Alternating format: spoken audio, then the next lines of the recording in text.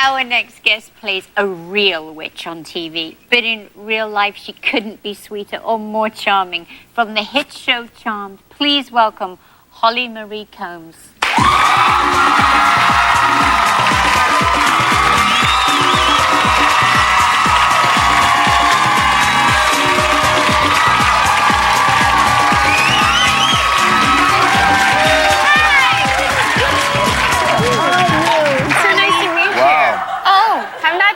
At the moment. It looks great. Thank you. You know, it looks like a guy that just loves football and kicking. You know, just guy like, hey, how you guys doing? Hey, I know, I got one of those. Look at that. You are still so little with just a little bump. Yeah, it's fun. It's going well. You know, is she not the most attractive 7-month pregnant person you have ever seen? I mean, that's nothing. Nothing. That's like when you go to a buffet in Vegas. That's it. I have no money to pay you. I'm sorry. Oh my God, that's really nothing. Now I want to know, before we get to the baby, I want to know, on Valentine's Day you did something very special. I did. Come on. I found a husband. And obviously we had a really busy wedding night, and this just popped like up. That. Oh my goodness! And now, Holly, when was that? When was that? That was Valentine's Day. Oh Saturday. my God, Yeah. Saturday. Yeah. Yeah. Congratulations. Well, yeah, we had kind of a deadline, so we decided to do it real quick. So where did you get married? We got married at the San Ysidro Ranch in Santa Barbara. Yes, I pulled a Gwyneth, I know. It wasn't really original, but it was quick. And painless. And painless, yes. Well, he looks rather gorgeous. Yeah, he's kind of cute, huh? Yeah, I didn't do he so is. bad. What does he do for a living? He's a key grip, actually. He scored on the show? Yes. You know All right. Do you know how hard it is for a key grip to pull an actor from the show? That is... Oh, my God. Oh, my God. He's going to be so thrilled with that, let me tell you. He's a legend. Yeah, pretty much. Although I like that, though. I like the manly guys that know how to work with their hands and have tools, and not so much the creative types, but, you know. No, I like men with good hands, too. Yeah. Okay, now let me ask you now, do you know what the sex of the baby? Yes, it's a boy. And they keep telling me it's kind of making me nervous, but they say he's 2 weeks bigger at this point than he's supposed to be.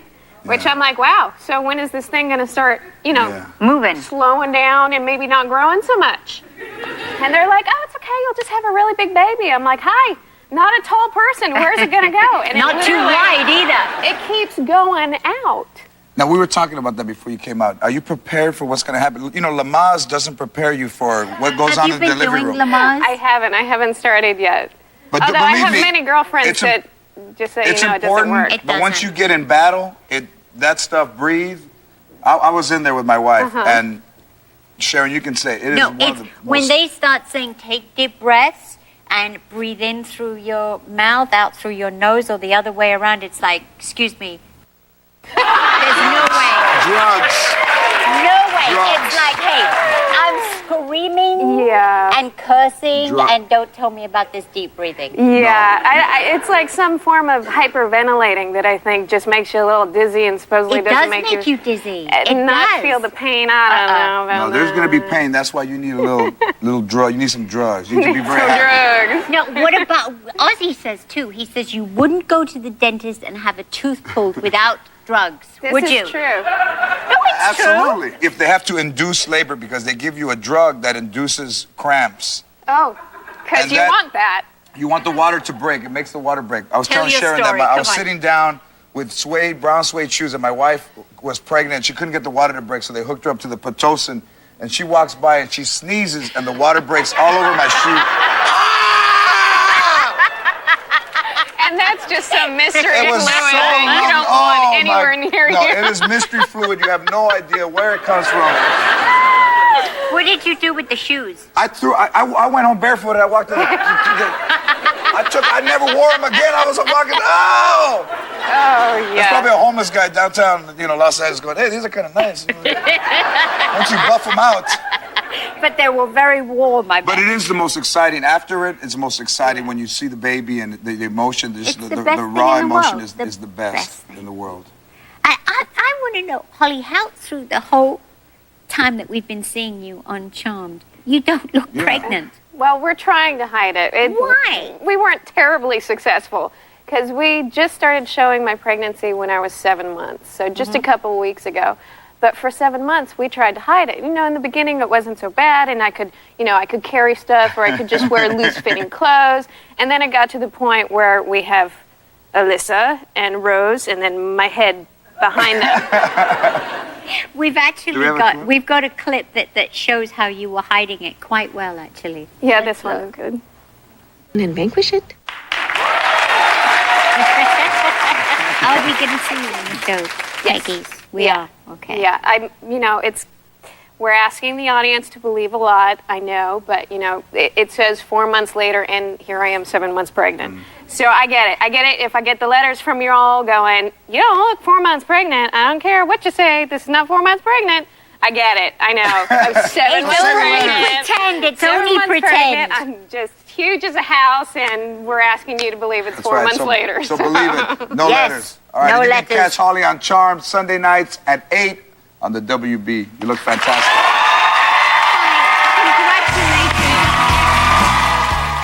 If I could do anything to become more Latina, I would do it. If it hasn't happened yet,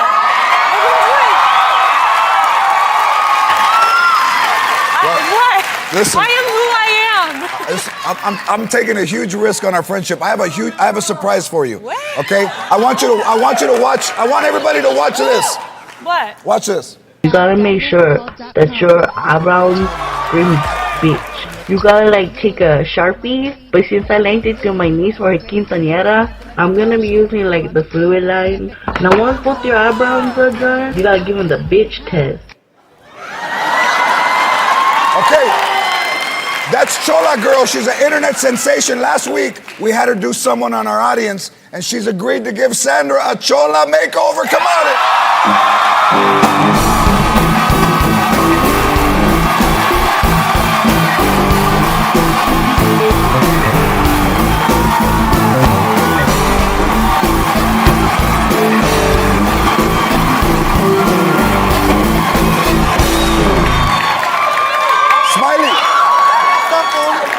What's up, eh? Hey, what do we need? What do we need? Shut up, Sasuke. Hey, what do we need? I don't know if she's gonna run away. What do we need to make Sandy Chola? We need to fix everything. I mean, look at this. This is so wrong, okay? First, we gotta change her clothes. She looks like she's about to, go to church or, bake sale or something. And how do you expect to run from the cops in those shoes? All right. If this was a car, because she knows cars, if this was a car, is it a complete rebuild? Oh my God, right now she's scrap metal. That's what she is. All right, take Sandra backstage. Let's go, fool, let's go, right now. All right. Let's check in with Sandra and Chola Girl. Chola Girl, what are you doing right now? I'm trying to yank this stupid ponytail out of her hair. It's stuck. Well, whatever. I guess we can move on to something else. Oh, okay. Yeah. Right now. She's saying ouch. Right now, I'm aquaneting her hair, the bits and pieces that I can get. And what I'm doing is I'm trying to make it stiff, so all she has to do later is just knock someone in the face and knock them out. What? Nothing. All right, we'll check in. They might come to blows. We'll check in with them later. All right, later, fool. Chola, you got your Sharpie back from your niece? Yeah, fool, I had to punch her in the face to get it, but I got it. There's no way in hell I'm gonna come with this big old job without the right tools. What? She's going full. Oh my God. Quit complaining. Dude. All right, I can't wait to see what this is gonna look like. I love you, Sandy. And now, in all her Chola glory, we even gave her a street name. Please welcome La Nalgona.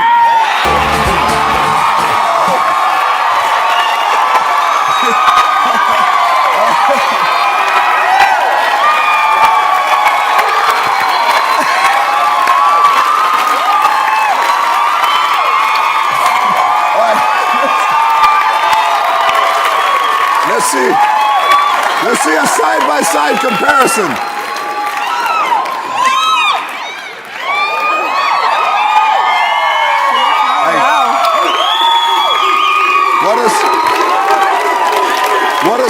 What does her chola name mean? It means big butt girl. I mean, I didn't want to call her La Flat Butt. All right, what did you, you know what, I've been calling her La Flat Butt for 10 years. What did you do to make Sandra chola? Well, as you can see, I changed her hair and her clothes, but I did her lips because I wanted them to pop, you know, like she's gonna pop someone in the face. Also, so that like I wanted to create the illusion that she was like screaming already, so people just leave her alone. Also, as you can see, I did her eyebrows now. Before, they were like, you know, just saying, they were like whispering coward, but now they're screaming bitch, you know? Show them the bitch test. Show them the bitch test. Yeah. That's right. Gotta look mad, dude, more mad. Be pissed off. But like, look, you gotta squint your eyes. And then lower your eyebrows. And then give them the attitude shake. Like, what? Well, Sandy, you know, you look the part, but I don't think you're hardcore. Dude, you have no idea how hardcore I really am. You really have no idea. I don't need this. I don't need the outside because I got it on the inside.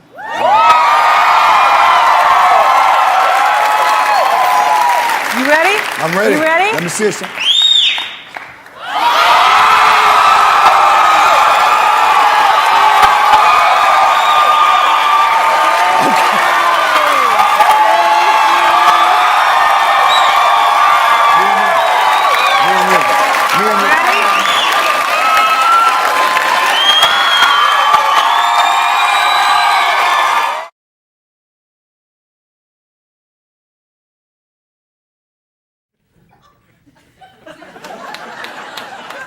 Behind me.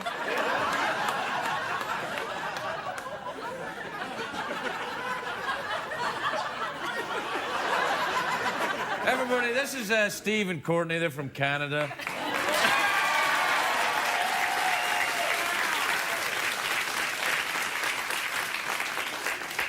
Just so as you know, Canadians, they were clapping for Steve and Courtney, not for the entire country of Canada. We're not prepared to make that commitment yet. Anyway, I talked to Steve a little bit before the show started, and don't let me down, all right? You gonna do this? All right, I'll wait over here.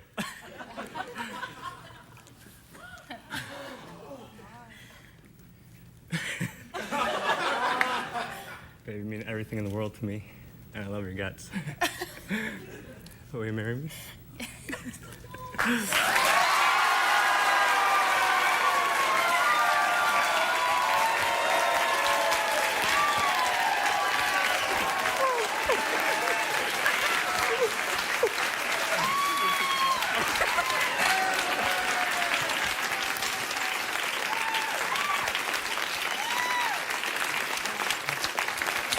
Now, so she said, yeah, right? Right. Now, you know what this means? The possibility of more Canadians.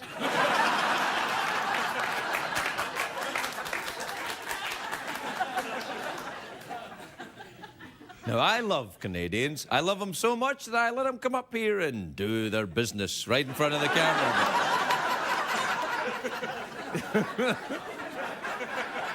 The thing is about the God bless you Canadians, they're so lovely, and then you put a hockey stick in their hand and they turn crazy. So anyway, look, Steve said, can I propose to my fiancée, in front of the audience, and I went, yeah, because I got nothing. All right. So, if you're tuning in for a show, that's probably the highlight, really. Perhaps we'll invite them back to consummate. Wait.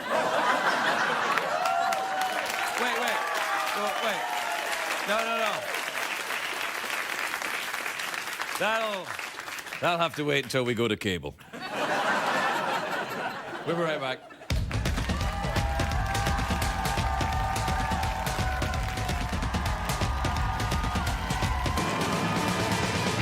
It's on stay up, it's been a long, long day, and you got the Sandman at the door.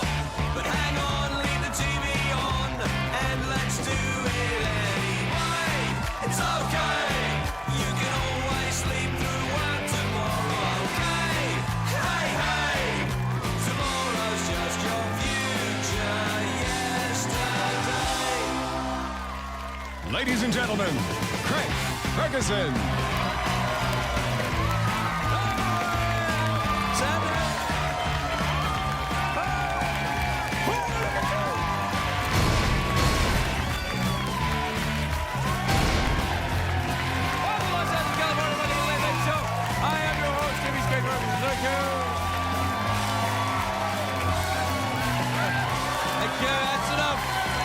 That's enough, thanks. Thanks a lot, everyone. Thank you. Thank you. Your applause must end. That's enough. Thanks, everybody. All right. Sit down, relax. Act as if no one got married. You can feel the electricity in the air this evening. It's that time of the year when Canadians mate. They come sweeping down from the hills in the north, doing their weird Canadian mating dance. How are you doing? How are you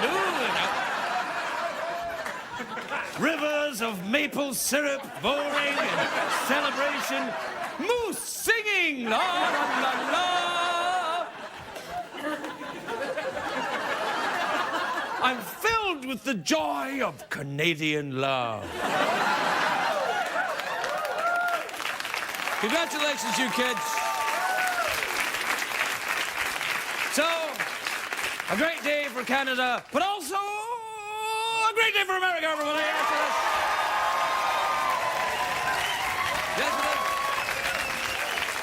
it is. It's the day I wait for all year. This is the day I wait for all year. It's Barbara Walters' list of the 10 most fascinating people has just come out.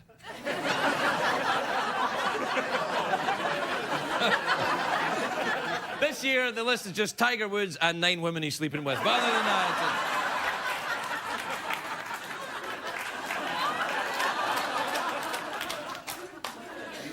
do you know what happened today? Police in Texas seized thousands of ecstasy tablets. Ecstasy tablets.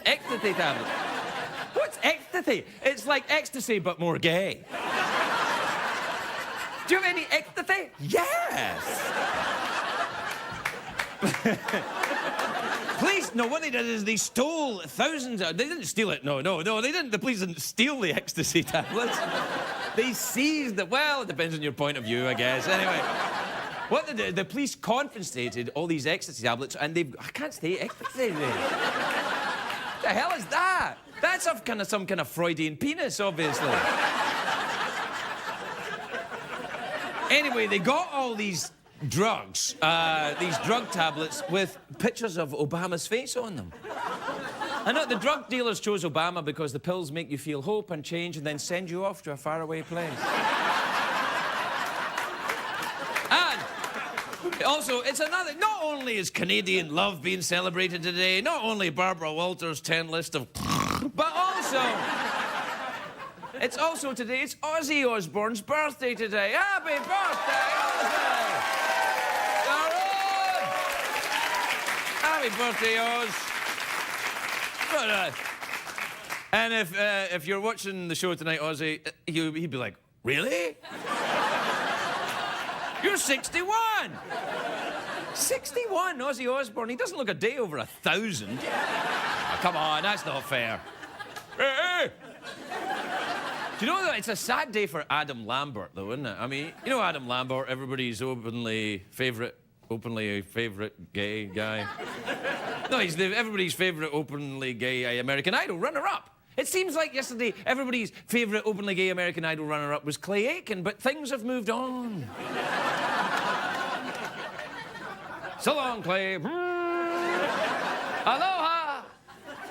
Last week, Adam Lambert was kicked off Good Morning America. Today, he says he was kicked off 2 more ABC shows. He's in hot water because he misbehaved on the American Music Awards. And when I say misbehaved, I mean he simulated gay sex.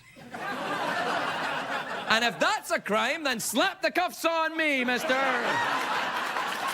Slap them on.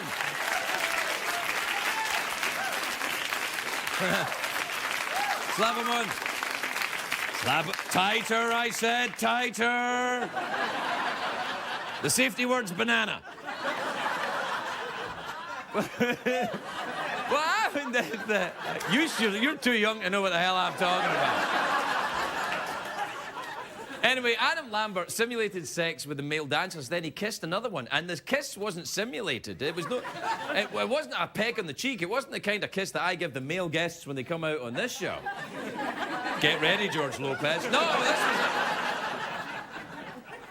But I watched the American Music Awards. I didn't notice the gay stuff. It must have been subtle. Do we have a clip from his performance? Let me tell you.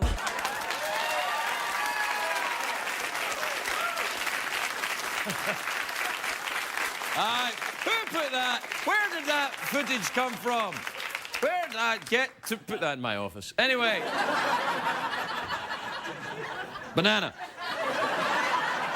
Anyway, because of his performance, Adam Lambert's been dropped from ABC's Big New Year show. Because, you know, he's doing too much gay stuff, I guess. But the show is being hosted by Ryan Seacrest.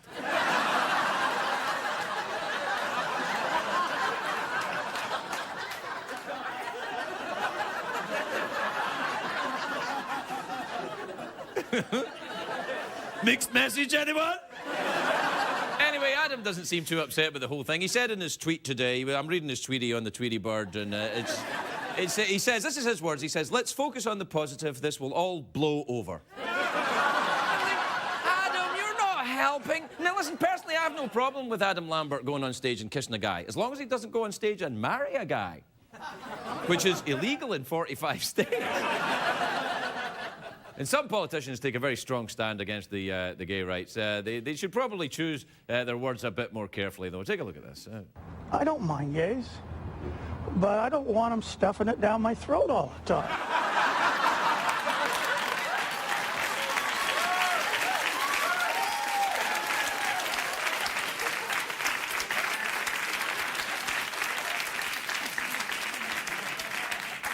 Exactly my thoughts. Now, I understand why ABC is mad, actually. People watch TV with their kids. They don't want to see simulated sex, gay or straight. But Adam Lambert says there's a double standard. And you know what? He's right. He's right. He kisses a guy on TV and everybody's like, oh, oh, oh. Or some people are like, oh. You know, when he kisses a guy, when 2 girls kiss on TV, nobody made a fuss. That's because 2 girls kissing is awesome. Anyway, but it is. It is.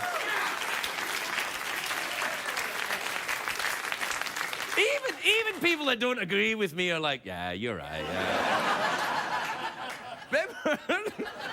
Remember when Madonna kissed Britney Spears at the MTV Awards? That wasn't a big deal. Maybe because Madonna kissing Britney, that's like a man kissing a woman. Oh, come on. She's a cockney now, Madonna. She's like, yeah, come here, Britney, give us a kiss, all right?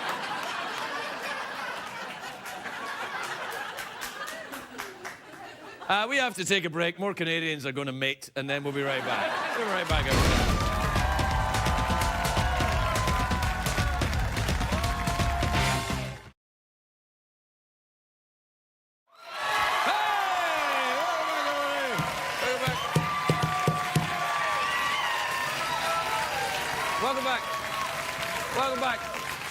Welcome back, everybody, to the Canadian mating show.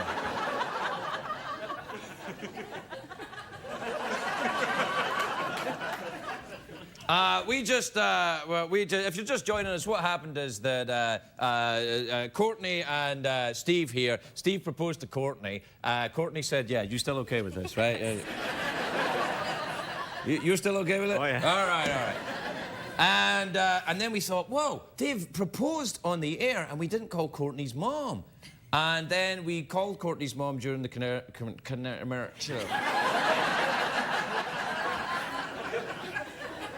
We called Courtney's mom during the commercial break, and she's not home. So now we're here. And what was... Oh, wait. What was about to be a fabulous piece of television is yet another awkward moment. However, I've had a great idea. You can help me with the emails. Oh, yeah! All right.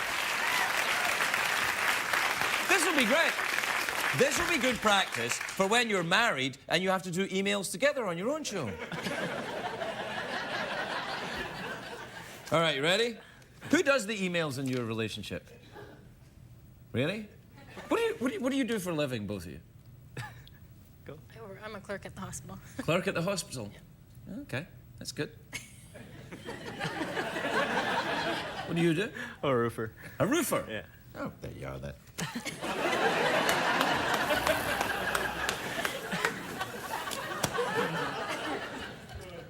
Bet you really wish you had cable now, huh?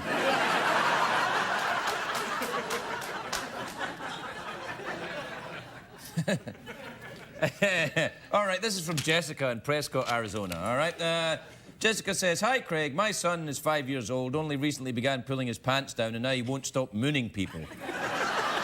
How can I stop him doing this embarrassing thing in public?" Now, well, maybe Courtney, how did you stop him mooning?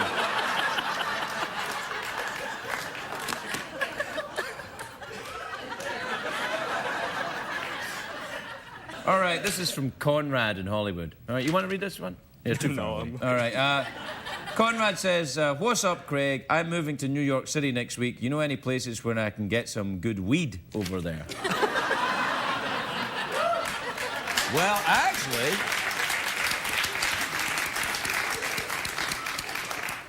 No, I don't. I have to be honest with you, Conrad. The weed here, not as good as you would think. I mean, no, I'm not condoning the use of marijuana in any way. Now, I do. Do you guys smoke a lot of pot up there in Canada? You enjoy the pot, do you? Yeah, you probably get that at the hospital. You get the medical marijuana right there. You don't smoke the pot? No. What do you? You take the ecstasy? You take the ecstasy?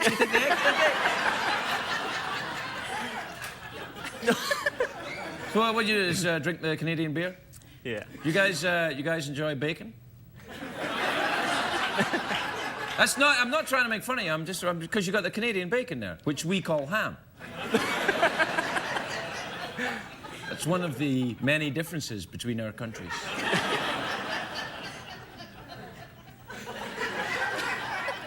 You try. Okay, look, they're trying to alert me that your mom is on the phone. All right, Vicky. Hello. Hey, it's your mom. I can barely hear you. Vicky, my Hello, name. I can barely hear you. Vicky, Hello. can you hear me? Barely. Stay away from the light. Vicky. Hello. My name is Craig Ferguson. I Hello, want you. how do you do? How'd you do? Great. Vicky, Yes. your daughter Courtney is here. She has something to tell you. Okay. Okay. There you go. Mom, Yeah. Steve asked me to marry him. Congratulations. Oh, surprise.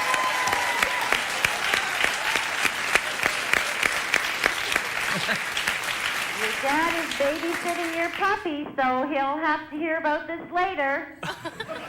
Hey, what did she say? Babysitting My my dad's dogs. babysitting our dogs. He'll have to hear about it later. Do your dogs live in a different house, do you? Or do you make your husband sleep in the doghouse? Vicky, are you also Canadian? Yes, I am. Do you enjoy bacon? She probably does, I'm thinking.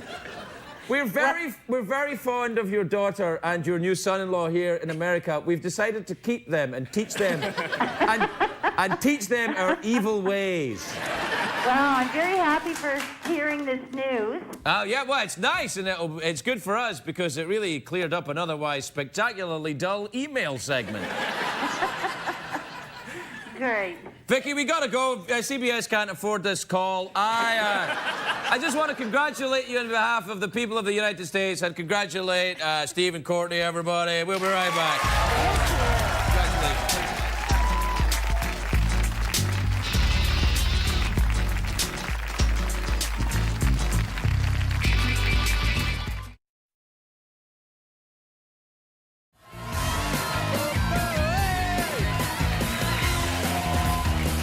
Welcome back, everybody. Welcome back to the big Canadian Emmy-winning show.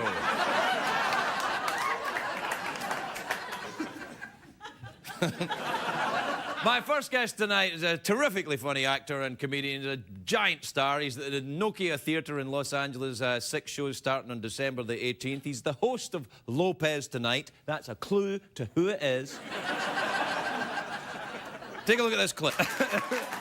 George Lopez!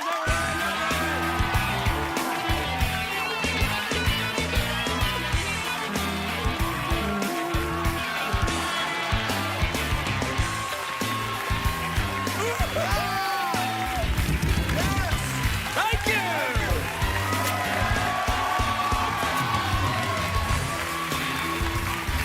Yes! George! My first gay kiss, allegedly. Was that your first gay kiss? Allegedly, I will say allegedly. That wasn't really gay. That was, I mean, we could do a really gay one if you want. Yeah, why not? No.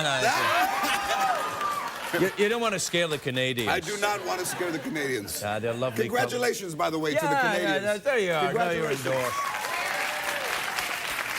Hide all your golf clubs. Yeah, really. You're happily married, don't you? I've been married for 16 years. Oh, my Lord. And it's just the start because my wife, almost 5 years ago, gave me a kidney. Oh, wow. So that I could live. That's fantastic. That's amazing. That's right. I read about that. That's it. There's absolutely no way you can get divorced now, ever. It's just you could never. You know, I didn't think we were that compatible in the beginning. But no, that's whoa. Apparently, I was wrong. Hey, listen. Most dudes don't want to hold their wife's purse. I got part of my wife inside of me. Does it have a kind of GPS in it so she knows where you are at all times and everything? You know, if I have allegedly gone to a strip club...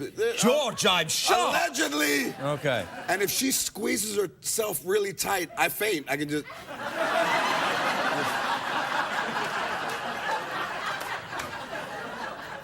It is something that women always say. Your wife is a savior. You must have to be so nice to her now. And I'm like, not as nice as I had to be before. Before the Want a little breakfast, honey? Now I can do whatever. Take the trash out. Why don't you take the trash out? No, nice. She's great, and I have a daughter that's 13 that is an equestrian. That's how much you know. Yeah, I mean, you never wanna. They told me don't ever own something that while you sleep. Yeah. A horse? You own a horse? I own 2 horses. That's pretty good. That's what. Do you ride horses too? Hell no. That's what made Hammer go broke.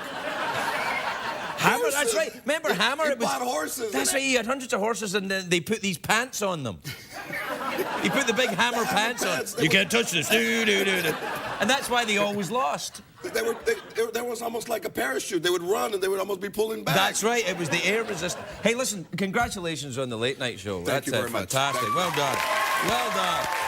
Are you enjoying it? You know what? Listen, I have to tell you, when I was putting the show together and people would talk to me about something, and they would always talk about what talk show was the easiest show to do. And then this is the truth. I talked to Louis Black. I've talked to Sandra Bullock. Yeah. I talked to people, and they said that you were the easiest show to do because you just flew by the seat of your pants. When funny's funny.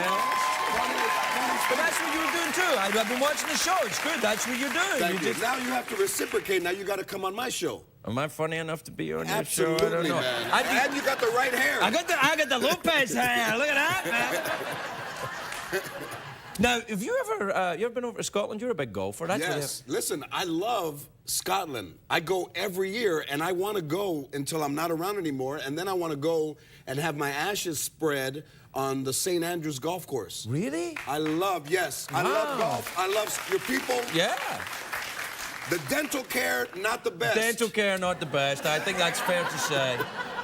These are American teeth here, buddy, I tell you that. I landed in California, they're like, this way to the dentist, that's right. Come on in. But even if you hit a bad shot, the Scottish people, they make you feel good.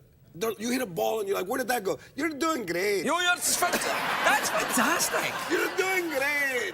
You're gonna Well, you really do go there. And they find it. I mean, they find it. I mean, they should send Scottish caddies to find Osama bin Laden. They find it. They find a little ass golfer.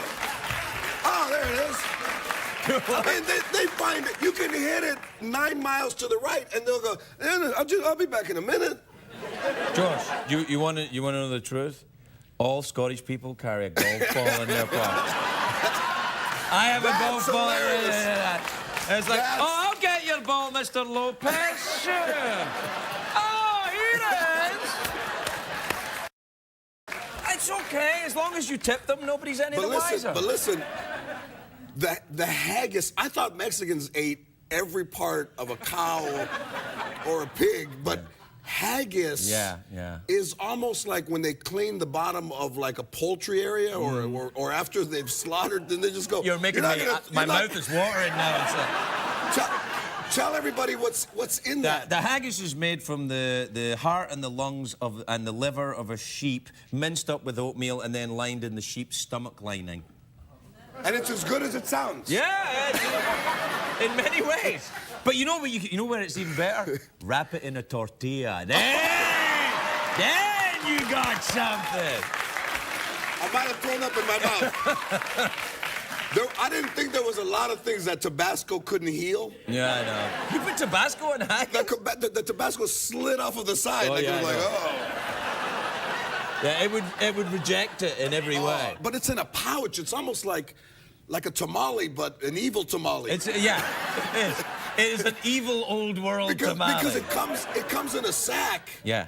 And you split it in the middle in hearts. George, I know this. I'm Scottish. Yeah, I've eaten this stuff before many times. There's a reason why I live in California. It really is amazing. Listen, and my favorite, on the show, I use a glass that has a red tea on it. And my favorite beer in the world is Tennent's. Tennent's Lager? Yes. I drank that stuff all the way to rehab. All the way there, man. I drank it, I swam in it, I poured it, I did my hair in it, I like, yeah. But there must not be a kind of an alcohol percentage in Scotland. No, they don't really care for numbers.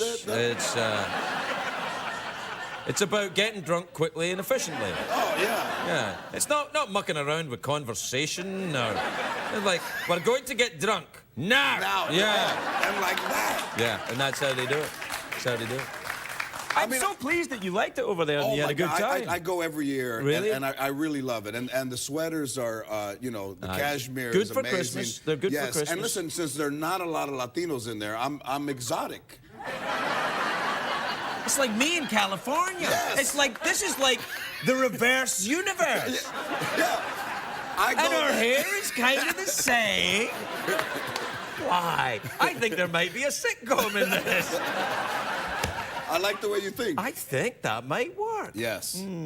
How did you get into all this growing up? And you grew up in California, Yeah, right? you know, I was an only child and my grandmother raised me. Right. And my grandma was really, really very tough, you know, and just watching a lot of TV by myself. And I saw Chico and the Man with Freddie Prinze. I loved Freddie Prinze. He's a great stand-up comedian, Freddie Prinze. Yeah. And, you know, him and his son and I are very good friends. His son just became a father, Freddie Jr. Oh. But I when I saw Freddie Prinze, I wanted to be a comedian, and I've been doing it for 30 years. Wow, that's fantastic. Yeah. That was the same with me with Billy Connolly. Yes. With Billy Connolly, because I had never seen someone who spoke in my accent like on TV and performing, and then I saw Billy, and I was like, Oh, wow. So you're allowed to do it? Was that the same with you? But I got to tell you that Billy Connolly doesn't get the respect in America that he should as a global comedian. I think that's because true. he's so good at what he does. He's almost like the Caucasian Pryor. Yeah. Because he talks about things. He talks about things that are real. And he's almost like, he would be like Richard, the equivalent to Richard Pryor. He's very, very edgy as well. I think comedians, though, I mean, you're talking about Lewis Black or yourself, and, you know, really, really good comedians, they tend to know and see, like Robin Williams is always going on about how good Billy is and what an influence he is. Yes. I think he is fantastic. I mean, he looks homeless now, but he's fantastic. Who do you rate out of do any of the youngsters you like in the stand-up? Is anybody that you think's really got it? Well, you know, Chris Rock is coming up. He's nice. Oh, wow, yeah, he's all right. Yeah, no, he's been around. You know, I really don't. I don't go to the clubs much. Really? And I have to go in and do it. I get a new act together, so I have to go do 10 minutes at the Ice House in Pasadena and all that kind of. Do you still do that? I don't do that. You don't?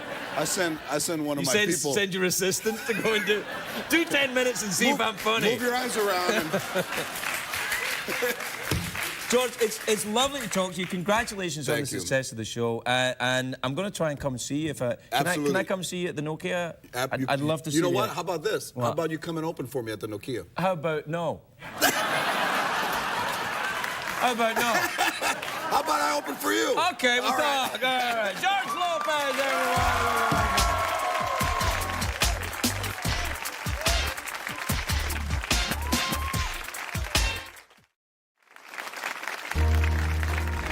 And now, a Sean Connery holiday memory.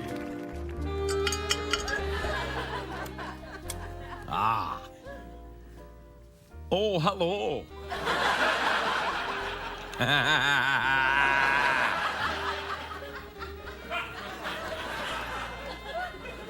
You don't know me, you bastard.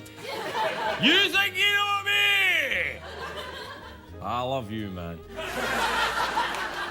It was Christmas 1942. My family was too poor to exchange Christmas gifts, so we instead exchanged dirty looks. That's a wee joke there. It's not true, of course, although I did give my sister herpes. Also a joke, it's a joke. I didn't give her a herpes. She already had herpes.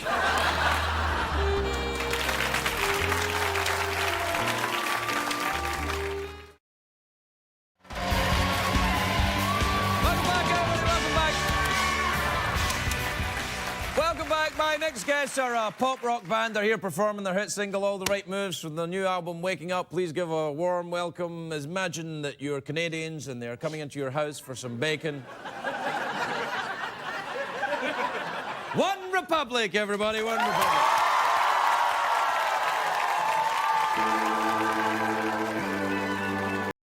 What did we learn on the show tonight, Craig?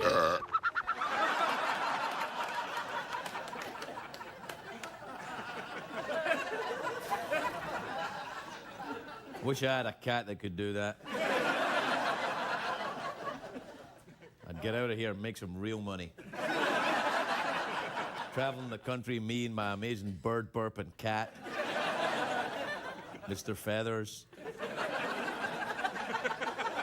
A man can dream. So, here's what I think. I think it was this show is usually crap, but I actually think tonight it was awesome. Cause no. All right. No, it was awesome. Cause I like George Lopez and I like One Republic, even although it seems like their appearance went very quickly.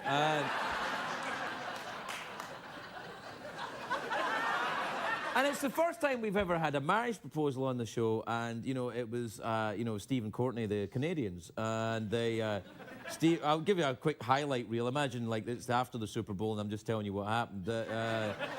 Steve went down on one knee, and he said, Courtney, I love your guts, which is some kind of, obviously some kind of Canadian joke. And then she was like, uh-oh,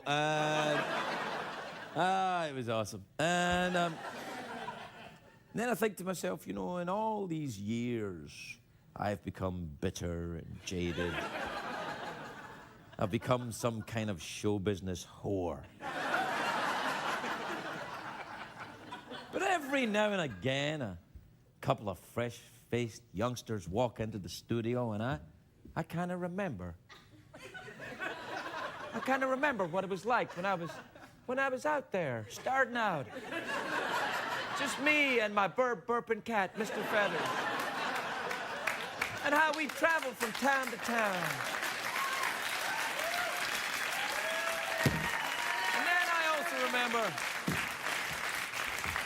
And then I also remember this. And it's true. And I want to share this with you. Because there's a lot of joking goes on in late night. Not necessarily in this show, but in other shows. People joke and make fun and are cynical and say mean things about other people. And that's our job. And I understand that. But, you know, when it comes right down to it, it's love. Love is what matters, baby. And I'm not talking about exciting cable love. I'm talking about wholesome network love. Congratulations, you two. Good luck. Good night, everybody.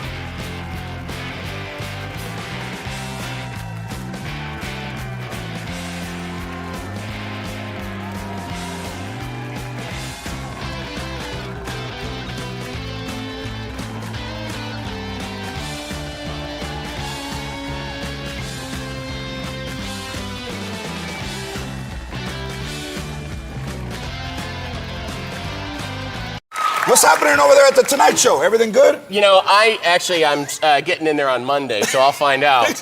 I like to be surprised.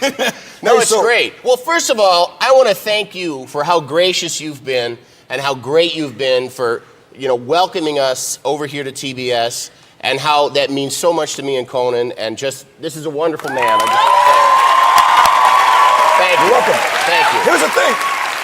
Here's the thing about that. I always wanted Conan to come over. So you read things in the press, oh, I wasn't happy. None of that was true. Right. And I would tell people, that's true. I'm happy that he's coming and that you're coming. Because together, we are going to take late night into the future, Andy Richter, and beyond, baby. If you want and to. beyond. All right. And from what I understand, you were so eager to have us come over that you actually sabotaged us at the Tonight Show, didn't you? You were in Jay's ear the whole time. Yeah, we're close. You know, very tight. Why do you think? And this is when the show was over, your version of the Tonight Show. Yeah. People were standing in the rain, and I saw them driving down Lancashire. It was amazing. Holding cocoa banners and really devoted to the show. Why do you think it meant so much to people when it ended? Well, I feel like it had to be about something that was bigger than just us because, I mean, I'm proud of the show that we did, but I mean, it's just a talk show. I mean, like, why go so nuts about it? And I think it's because it represented to people, like, many different things, like, kind of like, you know, the people at the network will talk about, like, new media versus old media. Right. But I also think, too, like, we always, and I don't want to disparage anybody, but we always tried really hard. Yeah. Like, we really worked hard at that show, and I feel like that made us unique in that particular situation, you know, that because it really mattered to us to really put on a good, funny show every day. And I think people are like, wait a minute, I want to watch something that people seem to care about. I agree. You know? Whatever, you know, you were trying things that were different, that were funny, that were innovative, things in the studio things outside of the studio. Yeah. So that's why the fit at TBS and you guys at 11 and me at 12 is 2 hours of late night talk that you will not see anywhere on any channel, on TV, any place. Right. And now maybe there'll be talk shows that actually make people stay awake as opposed to help them go to sleep. That I hope so as well. Yeah. And when your show is over, like when my other show was over, you have your days free. All of a sudden you wake up and you're like, okay, I got. All of a sudden you got a wife that's sick of you real quick. How did you spend your time? Well, I mean, I have a 5-year-old and a 10-year-old, so a 10-year-old boy and a 5-year-old girl. So I got to have kind of a nice summertime with them. You know, doing lots of driving them around in a minivan, dropping them off at different places. But probably the most fun of the whole summer was my wife and my son went to visit a friend of ours out of town. So my daughter and I were just here alone. And my wife, I would say, like, I decided, but my wife decides, whatever. She said, why don't you take her to Disneyland? You know, and I'm like, because otherwise it would be sort of like, why doesn't she watch me sit on the couch? So she said, why don't you take her to Disneyland? So I took her to Disneyland, and I called a friend of mine, another comedian, Andy Daly, that a lot of people know. And his wife heard that my wife wasn't going. She said, well, you can take our daughter, too. So it was just him and me and our 2 daughters. Mine's 5, his is 4. Yeah. And we got to Disneyland, and we quickly noticed a lot of red T-shirts and realized it was gay day. And that here we were, like just 2 single dads with our little daughters walking around. And, which was, just went with it, you know, just went with it. And, but it was kind of hilarious because just the assumption was just made because like some lady came up to Andy and said to him about his daughter. She went, you know, I have sunscreen if she needs it. And he had just slathered it all over, and he was like, what the hell's up with her? Why would she? And I said, well, she just thinks that us gay dads are stupid. Like, we don't know what to do with kids. But it was, and it was hilarious too because I think there was a specific parade just for the villains, just for like Captain Hook and Cruella de Vil. Like they didn't want to see, you know, Mickey Mouse and Minnie Mouse. They wanted to see, Captain Hook. Now that's a gay icon, you know. Now I think TBS has done a fantastic job of promoting the fact that Conan is coming to TBS. They're promoting the hell out of the show, Andy. It's been unbelievable. You saw it? Yeah. It's running. Here, Conan got a blimp. Everybody saw the blimp. Conan got a blimp. Yeah. This is what Andy got. Yeah. He got. See, and look, she even seems kind of bummed out about it. She's all sad. The balloons look sad. But here, look where they put me. I got a little promo, a little love. Zoom in. Oh. Lopez 2. They didn't even spell 2 correctly. This has never been revealed on TV, Andy. Look who drove the blimp. Oh. Since you're coming to TBS, I wanted to give you... By that scale, you're 12 feet tall. I really am, right? Yeah. That head is actual size. Since you're coming to TBS, I wanted to give you a gift. This, because you'll need to draw an urban audience. This is a DVD set of Tyler Perry's Meet the Browns. So this is for you to look over the weekend. I might re-gift this because I have 4 already. Also, the Browns' new hairdo. This is a little, you could play with that. This is for your golf cart. This is for the Latino in me. This is nice. for Nice. And this, don't ask me how I got it. You can park wherever you want, whenever you want. Don't let Joan Rivers see that. I won't. Andy Richter and Conan O'Brien start Monday through Thursday at 11 o'clock on TBS. Andy Richter, just before me. We'll be right back.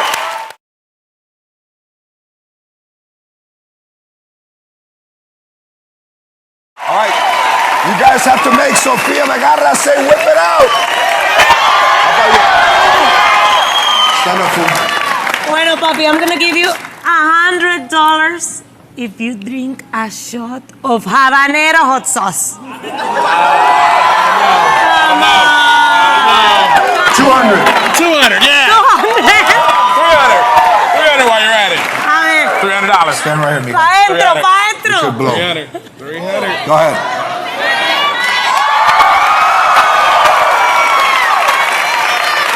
Okay. All done. Okay. There it is. There we go. Congratulations. Let's stand over here. You might need a pound of ice cream too. Ease the pain later. That's gonna Hello. grow hair in his chest. What's your name? Stand up. What's your name? Shaylee. Shaylee? All right. Shirley, we're gonna give you $100 if you let George write something in your face with a Sharpie. What do you think? That's easy. I can do that. That's no problem. You see, so you pay us, then the $100. Okay. Say whip it out. Whip it out.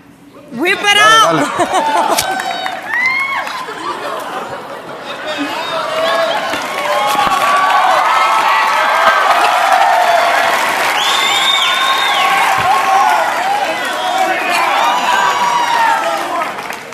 It says, Tiger, call me.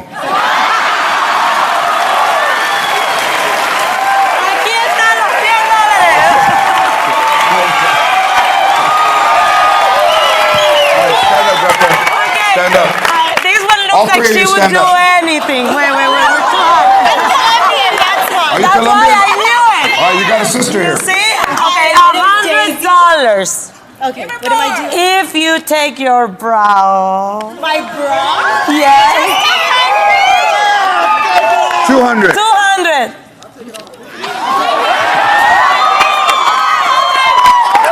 Wait a minute. But all women can take their bra off. What's Come that? on, And I not have two shirts on and one's tucked in. Is there a time limit? She's already doing it. Is there a time?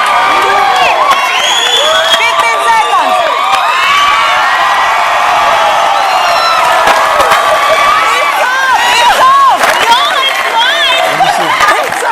It's still warm? Okay. One for each.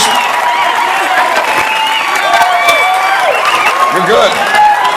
Hey, last week we shaved somebody's eyebrows off, so let's do that again. No, that's mean. I have a better idea. What? How about you let me shave your goatee? What do you think? You shave my goatee? Yeah. I don't know. How much you give me to shave this off? Listen, my friends at Big Razor said they would donate $50,000 to your Haiti Relief Fund if you let me shave it right now. Whip it out. $50,000. Let's do it. Okay. You take this? Wait, we have to do this the elegant way.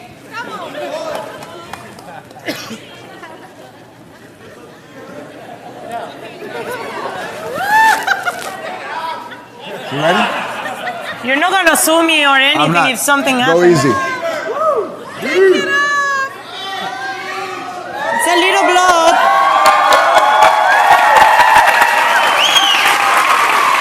Right there in front.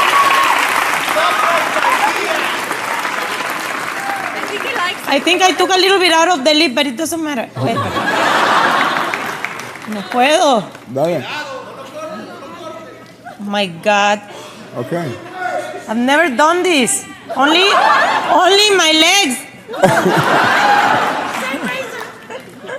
All right, we're going to continue this. We're going to come back with James Vanderbeek, so don't go anywhere.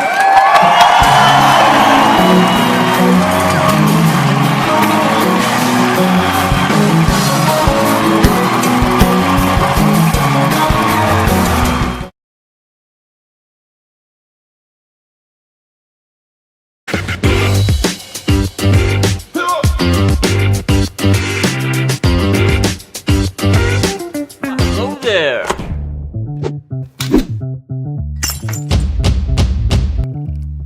It's just me and the world's best tasting vodka. Hey guys, welcome to again Off the Dribble with your boy Byron Scott. My guest today is my boy. This is my golf buddy. He's one of these brothers that you can call at any time, and he's there for you. And I got to tell you a little bit about a few years ago where he really was there for me. Such a lonely life I lived, though. You know, when somebody my can boy, be there, George Lopez. That's all I want to say. When My boy somebody's George there Lopez. 100% of the time, they got shit else to do except wait for the bat signal in the sky.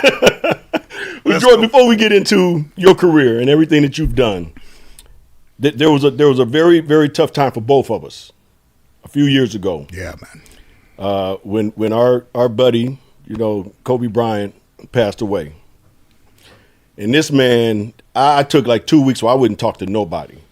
And George sent me a text and said, B, I know you're hurting, but let's go play some golf or something. And I remember getting back to George. I said, George, give me another week or so, because I was just in pain. A couple of weeks went by. I called George. I said, man, I'm ready. Let's get out and play golf. It was about a 7-hour round, because we let everybody go through. We made stops. We had drinks. We celebrated Kobe Bryant's life and his achievements. And I don't think I ever got a chance to say thank you, George, because I really appreciated that, man. And it was awesome of you to give me that call. Well, thank you for being there for me too, because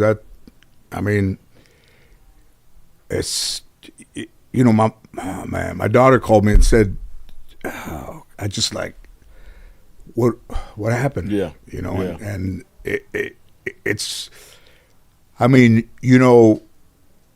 places stay forever, monuments and things in Europe you can see around the world, but that guy to us in LA and to just was a monument. And I think that he will be remembered, everybody's remembered forever, but remembered every day. Yeah. Yeah. And that's when somebody's really important, when you remember them every day. Yeah. And the happy thing about all of that is that, he had an amazing impact on a lot of people, and he did it off the court with like humor, man. And he was a funny guy, and he was a sweet guy, that. And he was a guy that, the Mamba mentality is a great, just a great 2 words to go together. It's like somebody's will, but to see somebody that did what he did and walked it and talked it. And I went to a lot of Friday night games, and they always come down to the last shot. And he made a lot of them, but the ones that he missed, nobody went, oh, he missed it. And everybody was like, okay, we didn't win. Right. But he made more than he missed. But when he missed one, nobody was disappointed. Yeah. And that says a lot about somebody's ability. Yeah, you was almost shocked when he missed one. You know what I'm saying? Because he was so great at making them. And he would make them if it was 1-on-1, 2-on-1.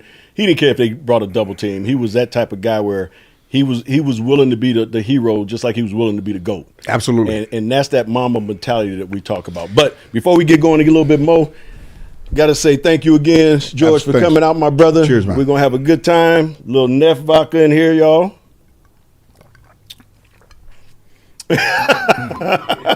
Wow, that's good. Ain't that good? Yeah, that's really good. So, George, let's start off this way. I want to talk to you because you've done so much. You've accomplished so many things in the entertainment world.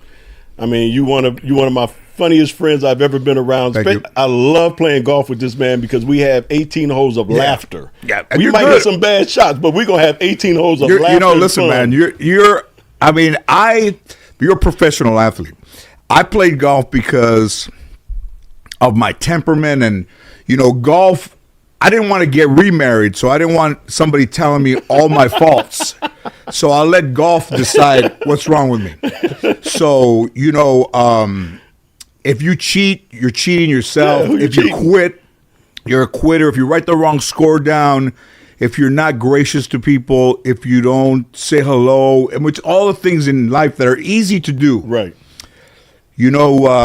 So it was a way for me to see what people had said about me, criticisms about me, even when I was younger, and for me to realize when there was nobody else around and nobody to blame, that those were the real issues that I had about writing down the wrong score, integrity, cheating, moving the ball, and all of those things are someone's real life. It brings it. It brings it out. So, it changed my life. And then, I used to get really mad and throw a club or something. I'm no Reggie Bush, but that dude, Reggie be throwing them all over the place, don't he? Listen, man, I played in Cedric's golf tournament, and clubs were flying all over the place. And then Cedric called my house and said, "Hey, have you seen a club in your bag? Reggie's missing a club." I said, "Have you checked in the trees and in the bushes?" I mean, you throw a club, man. If you throw a club, that says a lot about when you want to throw one and you don't. Now you're starting to internalize your things and to be better. There you go. And that's what golf has done for me. Like I play pretty good. I play all those pro-ams. I mean, I can play good. I putt good. Short game's good. But I play for the temperament and the peace. Why does somebody go to the beach and watch a sunset? Because they go for the peace. And there's a tranquility in that. And for me, there's tranquility in golfing, and being a member at that club and knowing that most of the other Latinos that are there are like the service staff and all those guys. That means a lot to me too. Yeah, no, I mean, and first of all, it's a great track, great club. Yeah, and I appreciate the invites when we get a chance to play. But you remember, we've known each other a long time, and yes, we have. The Lakers have meant so much to me in my life, and you as a player in the '80s was a time when I spent a lot of time alone, and my grandparents were still alive, and I was such a fan, but I was always alone. That in those Boston Celtics or in those championships, in those finals, when it got down to the crunch time, I would go outside. Like an expectant father would leave the room. I can't take it anymore. Outside smoking a cigarette. I couldn't take it. Really? I'm not playing.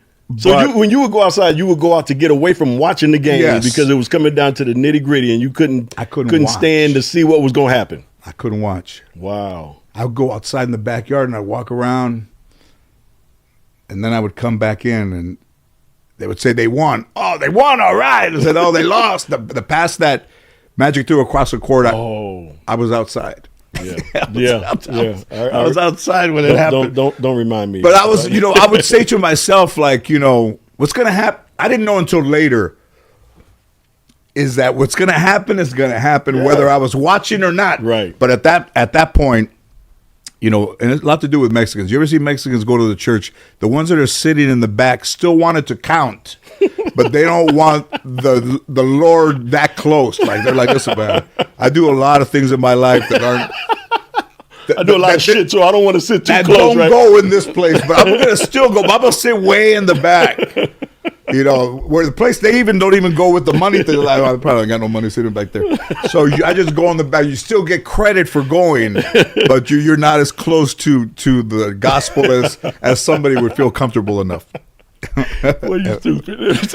So listen. So I cussed in church one time, and did you really? Man. Did, like more than one person heard you? Yes. I mean, okay. So a few people heard you. And those movies where they go, all the heads turn, and it makes a sound, and every head.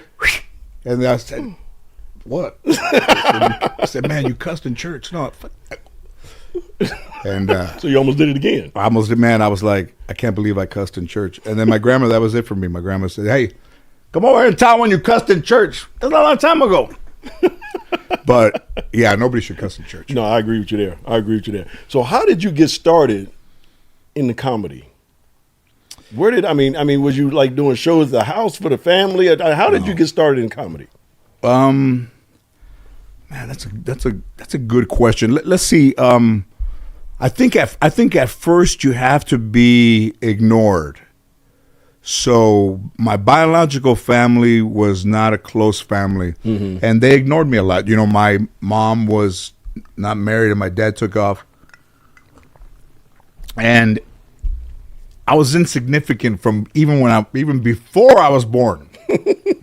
So much less, and my mom was not well health-wise. She had epilepsy, and she had, a couple of things that made people believe that before I was born, that I was going to be, and listen, I've never said this word before, never told the story before. They thought I was going to be an imbecile. That's what they said. an imbecile. So they wouldn't like hold me, and they wouldn't like, kind of look after me because they thought that I was going to get what she had. And the word imbecile is pretty harsh, man. And as a kid, my grandmother would sit, they would say to my grandmother, or when my mom was around when I was young, they would say, "Don't tell him that." And my grandmother would say, "Well, how else is he going to find out if I don't tell?" I mean, the things that were said in anger. Listen, nobody bullshits in anger. Right. So when somebody's angry and they're yelling at you. It's coming from the heart. Everything is coming from the heart. Listen, when somebody's shooting you with a gun, all those bullets have intention. When somebody's saying, "Listen, I don't know where that guy is. I don't know who your father is. And you ever thought you're gonna be an imbecile over there, want to hold you, and and your mom it takes off, and they can't find her for weeks, and you're just like a 6-year-old kid, man. You're like, I'm 6, but I don't think I need to hear all this." So we went to court when I was 7 to have my father declared legally dead. Really? So my mom was not the smartest woman. So my grandmother said, now here's another one I never told anybody. My grandmother said, "Mira, Frida, look at me and I'll tell you what to answer." So she goes in court Okay. in LA, the municipal court. Wow. Mira, look at me and I'll tell you what to answer. And she gets up there and she puts her hand up and she gets into the thing, and they say, are you seeking the sole custody of George Lopez? And my mom looks, and my grandmother says, and she goes, "No." I thought she was supposed to answer her. She said, and she goes, "No." And then she's like, "Frida!" And she looks and she goes, "Yes." Was it no or yes? Now it's you have, is it no or yes? And then now somebody who's not that smart has to pick between no and yes, like with no help. So she said yes.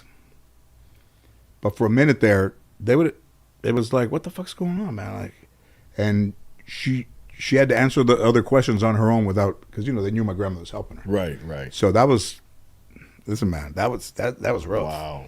Wow. That was, sorry about your ears, dude. but yeah. So it's like that. So if that's how you start, like, in the humor, I think that I had good guys that I went to school with, and they all lived kind of in that 3-block radius of the guys that are still my friends. But when I was, I started playing baseball. I wasn't even 7 yet, and my grandma signed me up for baseball. And then you go to the tryouts, and I was already playing baseball as like a little kid, I guess. And then they went to this recreational center in San Fernando. They were picking teams. I was the last guy picked. And then the guy says, "But last but not least," and then they picked me. And I was on a team 1-up. Like, I was, for my age, I should have been on the lower. I was 1-up. Got you. So when I was going to practice with that team, the White Sox, they wanted me to be a catcher, and I wasn't even 7, and I was giving the coach a hard time about me being a catcher. And I was already complaining, and I was already saying, I don't want to be a catcher. And he sent me down to the farm, and that team never lost a game, and they won the championship.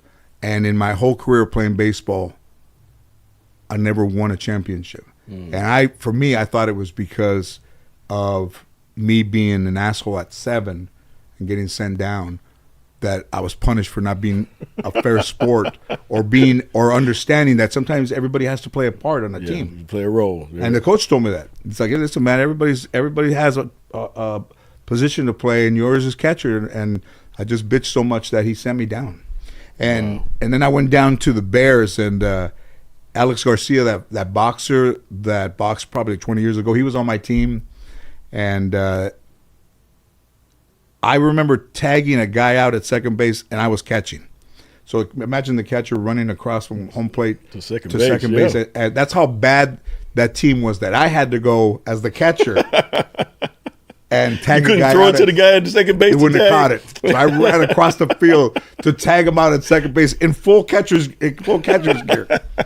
So I should have stayed a catcher because I was pretty good. But then my grandparents and you went to a lot of Dodger games, and the guys that I grew up with were funny, and I was funny around them, but I was shy. I think if you're going to be a good comedian or good at anything, you have to have a lot of things wrong with you in the beginning. So being shy and around other people, but being funny around my friends was at least an opening to something for the future. But finding comedy, I think, through the Tonight Show and through sitcoms, watching Sanford and Son and watching Chico and the Man and Cheech and Chong albums, Richard Pryor albums, and George Carlin and all those things. And then, when I was in junior high, my friend Ernie went to another school, and he said, hey, there's a guy at Kennedy High School, and he's going to the Comedy Store on Monday nights, and he's doing stand-up. And I'm like, he goes, we ought to go down there.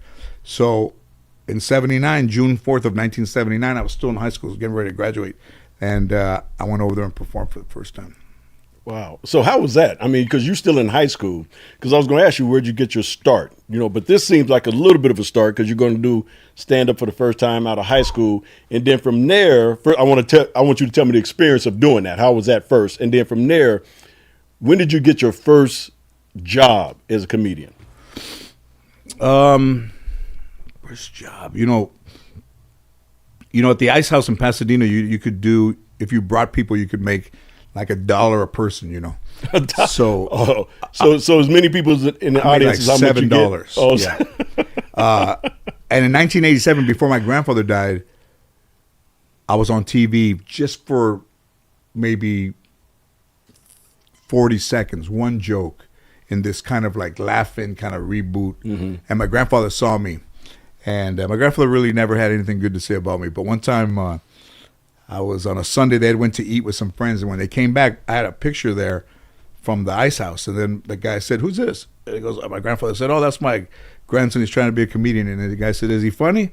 And he says, no, but he's just starting. What great support, right? I thought that was the beginning, what could have been the beginning of a compliment. Right. So even through those track home walls, I could hear, but he never said anything really good to me. So I think, as sad as it is and as debilitating and as much as it hurts, if you stay down, then you stay down. And whatever it was in me, man, that made me get up, I knew I didn't want to stay down. Yeah. And not that those guys that I grew up with were nobodies. Right. I just said to somebody, I wanted to be somebody more than I wanted to be nobody. And, I never expected much of a career because, I always say, when you look like Mario Lopez, you can make it. But when you look like me, you got to be talented. So for that, I just, at some point, I quit. One time I was at this place called the Natural Fudge in Hollywood. And they made you buy like a sandwich in there. So it's a natural food store. So they bring me like a sandwich with sprouts and avocado. And this is like in the early 80s, 80, 81. And they did comedy on a Monday night. And I bombed so bad. Imagine waiting 3 hours and then bombing. It's like, you couldn't have let me bomb at 8:15. You had to let me bomb after waiting 3 hours. And when I was driving home, right at the 170 and Roscoe on the way north to where I live with my grandmother, I started crying in the car. And I said, I'm done. Like, I can't do this. I'm not good at it. It hurts. I've had it. And then I went home and I took a shower. And my grandma says, why are you taking a shower so late? And I was I'm taking a shower. And I took a shower because I wanted to wash off whatever had gotten on me from that experience of just eating it big time. I understand that. And I took a shower. Yeah. And then in the morning when I got up, I said I wasn't going to quit and I was going to keep going. Yeah. So I want to ask you this though, Joyce, because every time we play golf, like I said, we have an unbelievable time of laughing. We laugh the whole time. Tell them call you back. I know, man. Let me turn this off. Sorry. That's all right. We have an unbelievable time of just laughter, right? And you tell some of the unbelievable stories, some of the greatest stories about your grandmother.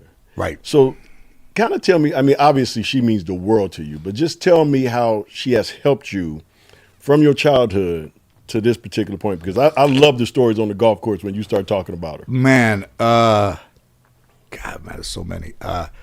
You know, when my first show started, you know, Time Magazine wrote a thing on me, you know, the one page in like the showbiz part of the back of Time, and it said that that I should consider my grandmother my muse because of me using her in the show and using her in the stand-up to make a living for myself. So the guy goes, I don't know if he's aware that, you know, this woman is the muse that he has, but she, you know, she had a hard life.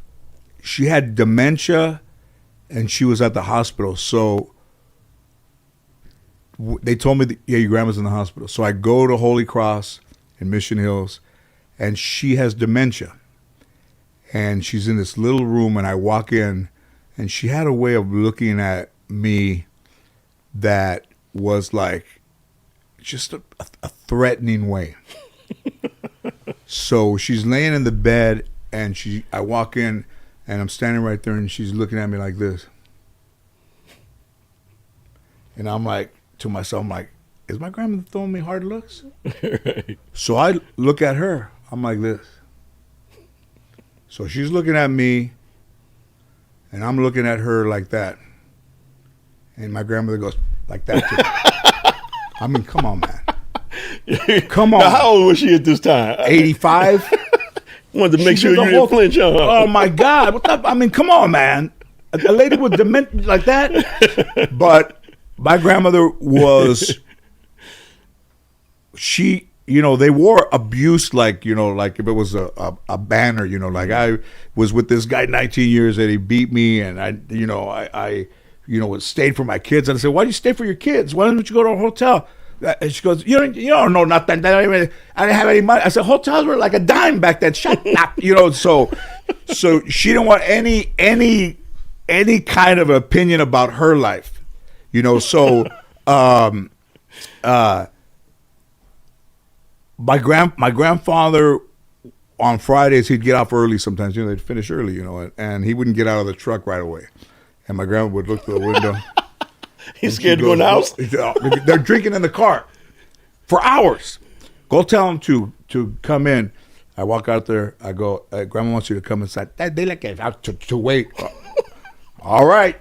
So I said, he told me to tell you to wait. So what did he say? So she started to make chile, like, you know, that was her retaliation. So they had that mocajete, the thing, and the stone grinder. And because he would eat when he was drunk before he went to bed. So she said, you know, if I make this chile really hot, it's my way of getting back to him. I can't poison him. I can't go out. And it's no wonder that she didn't go out there and say, get your ass inside. Right. So she would be grinding this chili. And I would come from baseball practice, and I would come through the cul-de-sac there, and I would see the truck there, and I'd see him inside, like at 8:30, and I would say, uh-oh. So I already knew. So I'd open the gate, and I would take 3 steps, maybe 20 feet from the house, and that chili would be in the air. And before I would walk into the house, I would go, it was just in the air. Because when it's so hot, you can't stand around. And my grandmother would be inside, and I'd go, and she would say, he doesn't want to come inside, man. And she's just like grinding this thing, man. So her retaliation was chile for him, and she just never pulled any punches, man. And you know, the first day of my show, like, you grow up and you want to be a comedian, and she knows. And it's a long shoot because the first show is always long, you know. And then I look over there, and she's kind of looking off outside. We're going down the 5 freeway, and she's kind of wandering off, like looking off. And I'm like, at least say something to me. Like, you know, I got this show. Right. So I said, literally, man, you got to believe me. I said, what do you think, Grandpa? And she goes, you want to know? And I said, yeah, I want to know. And she says, if I would have known it was going to take this long, I would have stayed home. I mean, come on, man. Your whole life, man. Right? I don't know if I would take this long, I would have stayed home. And, you know, my mom character was based off my grandmother. I was about to ask. And my grandmother watches the show, and she goes, And I said, what do you think? She goes, hey, you made me nice. That's what she said. Everybody said, because I was going to ask you that. The George Lopez show. Yeah. Which I almost 20 years now. Yeah, I loved that show. I mean, I used to watch that show and I was like, all right, I'm wondering, because we knew each other. And I'm wondering, is this but we didn't talk about our upbringing and things of that nature. So I was wondering if that show was based on your upbringing, a little bit of the family. Totally. That was kind of intertwined into that whole thing. But it was also one of the first, if I'm not mistaken, one of the first Mexican sitcoms on a major network at the time. There's a couple of things. I was selling out a bunch of shows at the amphitheater. Like, I think I sold out 22 in a row. And they came and wrote an article in the Daily News about me. And I had never thought about what this guy wrote. This guy said that, George Lopez pays homage to the people that inspired him, Freddie Prinze and Richard Pryor. But Richard Pryor or Freddie Prinze never sold those amount of tickets to have people come and see him. But he still does. But I still pay homage to those guys. Right, like Richard Pryor toured, but he it's back then. So in comparison, it's like I still pay respect to the people that came before me when to that writer had passed them. But I would never consider myself better than those guys. But in those shows, what was I going to say? So that was one example. And then in the history of television, I Love Lucy, Desi Arnaz was the husband, but not in the title. Chico and the Man with Freddie Prinze was a co-star, not in the title. I'm the only person in the history of television who's Latino who's led a show and it's named after him. So it's higher than those guys. But I still, think of it as, it's like not as important. But Freddie Prinze, when the 100th episode of my show was coming, Johnny Grant, who used to be the mayor of Hollywood, he said, I was at another star ceremony. He said, I think it's time we put you in the Walk of Fame. And I said, I'm not going in until Freddie Prinze goes in. Wow. And he looks at his assistant. He says, Freddie Prinze is in, isn't it? She says, I don't know. I said, no, he's not. We'll check and we'll get back to you. So they got back to me and they said, he's not in, but if you want to nominate him, we can put him in. And I said, yeah, I want to put him in. And I paid the money for the star. I think it was $10,000. And then the day of the ceremony, Kathy, Freddie Prinze Jr., the people, Dusty Snyder, who was with him in the room when he committed suicide, and all the friends that Freddie had, even some from New York, were all there. Della Reese was there, and all these great people, man. And then Freddie Jr., I see him over there on the phone, and he walks up to me and he goes, hey, my grandma wants to talk to you, which is Freddie's mom. And she was in Puerto Rico. And I said, hello? And she goes, oh, George, thank you so much for being so loving to my Freddie. She said, my Freddie. Thank you for being a fan of my Freddie and for being loving to my Freddie. And then she said, if my Freddie was alive, you and my Freddie would be best friends. And I was like, oh my God, man, this is like tough. So we did the ceremony, man, and Junior was very emotional, and at the unveiling of the star. But for a dude that had zero integrity, zero credibility, zero ability to tell the truth, and zero care for anybody else but myself, I grew up to have eliminated all of those things from my life. I'm not who I was when I was 25. I'm not who I was when I was 15. And at 60, I'm a person that I never would have imagined I would be. Man, you know what? I think we both there, because I never would imagine me being who I am right now. You know what I mean, George? Cheers to that. So listen, guys, we're going to take a quick little break. We'll be right back with a little bit more of my boy, George Lopez, and we'll talk a little bit more again about his career and where he is today and what's up next for him. We'll be right back. Black Widow is a conglomerate of attorneys and investigators that are community-based. They started from a personal traumatic loss that turned into a platform for human dignity and rights. Black Widow always finds ways to eradicate the wrongs and produce positive results beyond all boundaries, and they always pay it forward. Black Widow can handle any and all legal matters, including motorcycle injuries, car accidents, trips and falls, criminal matters, family law, workers' compensation, and restraining orders, and more. In all industries where money rules and basic give rights are overcome by greed, we strive to make it about humanity by repeatedly educating and informing the masses of their rights. If you have ever felt frustrated or anger that you have been done wrong, that's the fire that fuels Black Widow. When you are done listening to all the rest, call Black Widow for the blunt truth.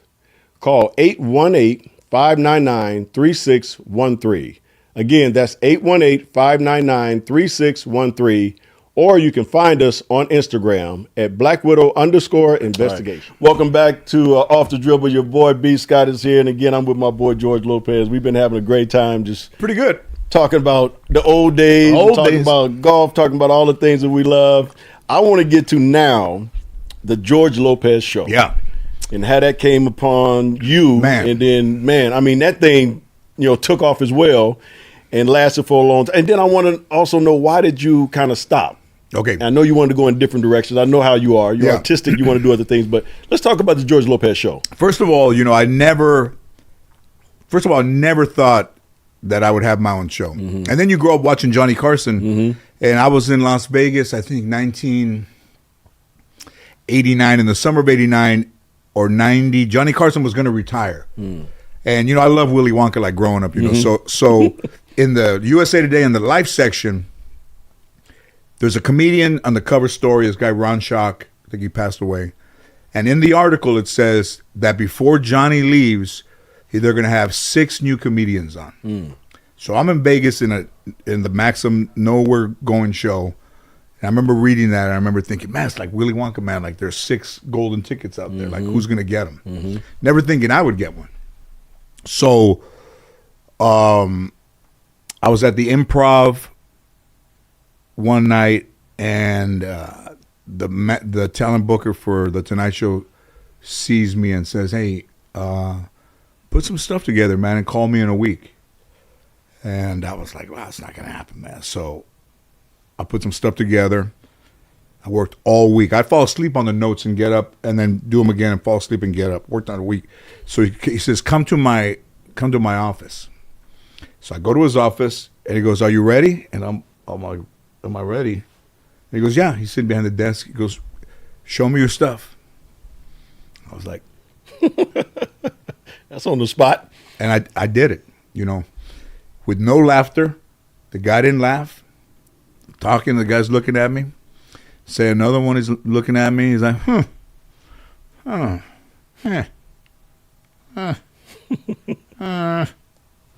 I was done, he goes, congratulations, you got the Tonight Show. Are you serious? Yeah.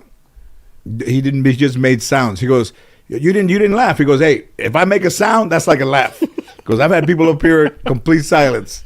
And Bill Cosby bumped me in 91, and then I thought it was going to go away because there was stories about guys getting bumped and then never getting called back. So I got bumped, and then the next day they called, and I was on the next week.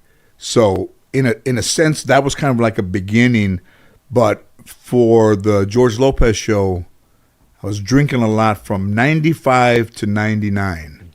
I was on the road a lot, and I was going nowhere, and I was drinking a lot. I think my wife had kicked me out of the house. I was living in this apartment that we hadn't sold yet, some condo, sleeping on an air mattress. And then mine was probably like 4. And in the crib, I didn't dismantle the crib when we left because it was still there. Mm-hmm. So I had to see the empty room with a crib in there. And I'm sleeping on the, I remember I bought a toaster, and I'm like, can I afford to buy a toaster? And I just was like, man, this is like nowhere. I'm nowhere. And I used to worry about what everybody else was doing. And then in that condo there, empty, I started thinking, you know what, man, I'm going to worry less about what everybody's doing. I'm just going to worry about myself. Because I'm worried about everybody else, and look where I am. I'm living in this thing. And people would see me, and they go, I thought you moved. I was like, oh, no, we're doing some work up here, renovations. Then I fill up the mattress every night. But when I did that, things started to, you could feel a change. But also, I was at the Capital City Comedy Club, and Chappelle had been there the week before, and Sandra Bullock had come to see Chappelle. Sandra Bullock had a house in Austin, Texas. And then the manager comes to me after the first show and goes, hey, man, I got a call. I think Sandra Bullock's coming to the show. And I knew that I was not in condition or even professional enough as a comedian. I was drinking on stage, that it wouldn't have been entertaining. And the second shows are always like, half full, first one full. So I literally got on my knees in the dressing room and begged God to keep her from coming to the show. I got on my knees and I went like this. And I said, if you're up there, please don't let her come and see me. Wow. And then the guy knocks while the second show started. He goes, and I open the door. He goes, she's not coming, man. She called and she's not going to come after all. Wow. So cut to like 2 years later, I get a call and they said, hey, man, this producer's looking for a Latino, comedian and something. So everybody said, have you seen George Lopez? So this guy came to see me, and he was working for Sandra, but I didn't know at the time. And then he saw me and he went away. And then I remember Ann said, did you talk to the guy? And I said, no, he left. A full calendar year later, the guy calls and he said, hey, are you still interested in this project that we have? And I'm like, what project? And we found out it was Sandra. So I went to Sandra's office during the day. I wasn't going to go. I was hitting golf balls at Whitsett, and I was supposed to be there at 1. I think my manager knew that I might flake out. So about 12:15, he calls me. He goes, are you on your way? And I said, man, I'm not going over there, man. He goes, what do you mean? I said, what's she going to do for me? What's Sandra Bullock going to do for me? And he goes, hey, listen, man. They called and they said, is he coming? They ordered food. With him, it was always food. They ordered food. You better go over there, man. You're not going to leave her hanging. So I left the balls there at a big bucket. Left them there, told the guy, hey, man, you can have these if you want. I drove over there.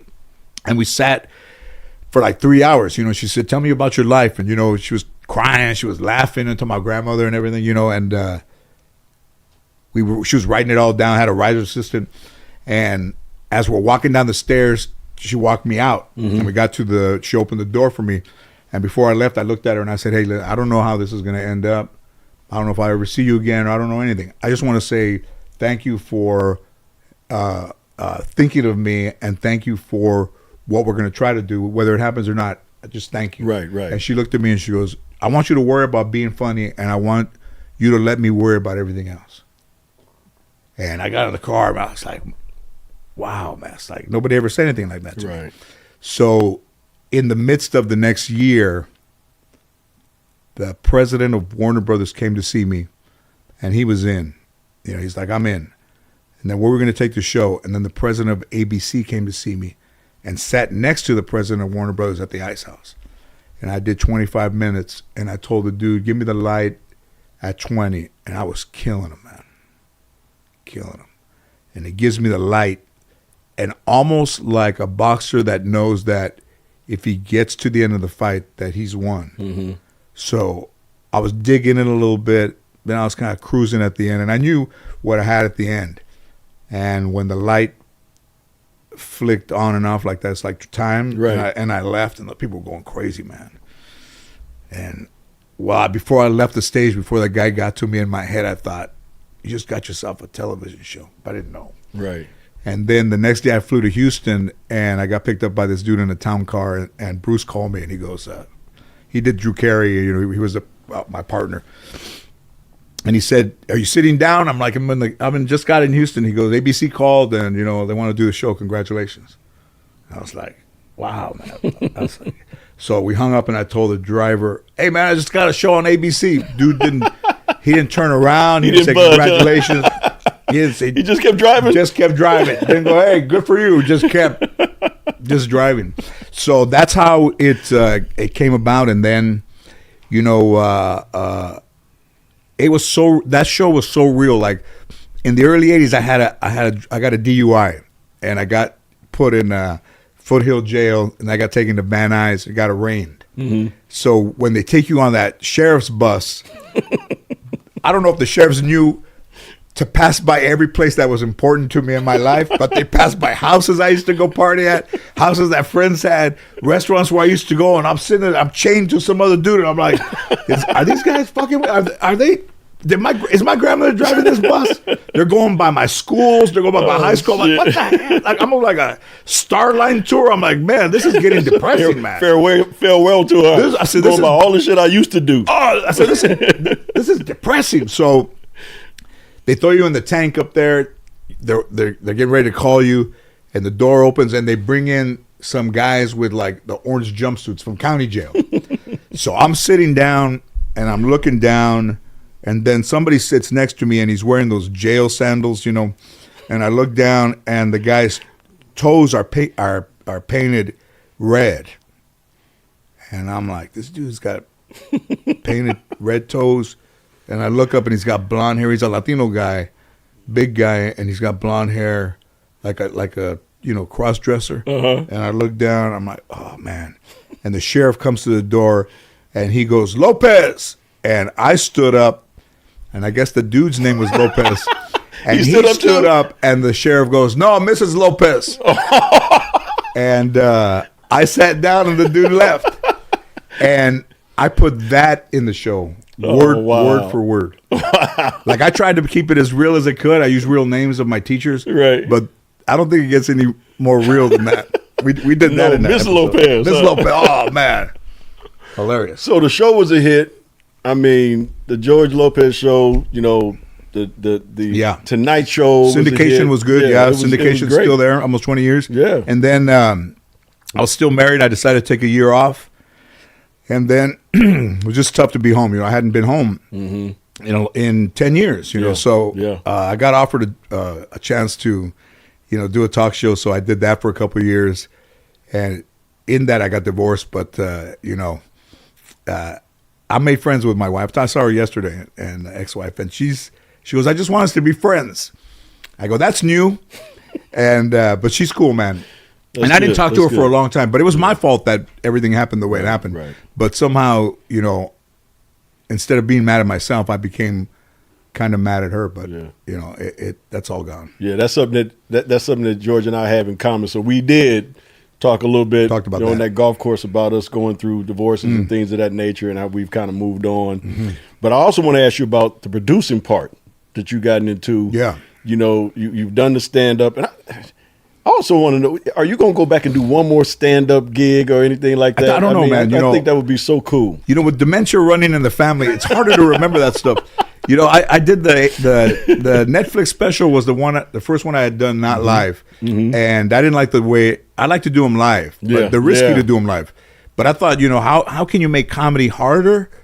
Is to not use water, not have a towel, and to do it live. But the older I get, 60. The older I get, I think it gets harder to remember the hour. And sometimes in a default, if you forget your place, you'll go back to stuff that you already had done.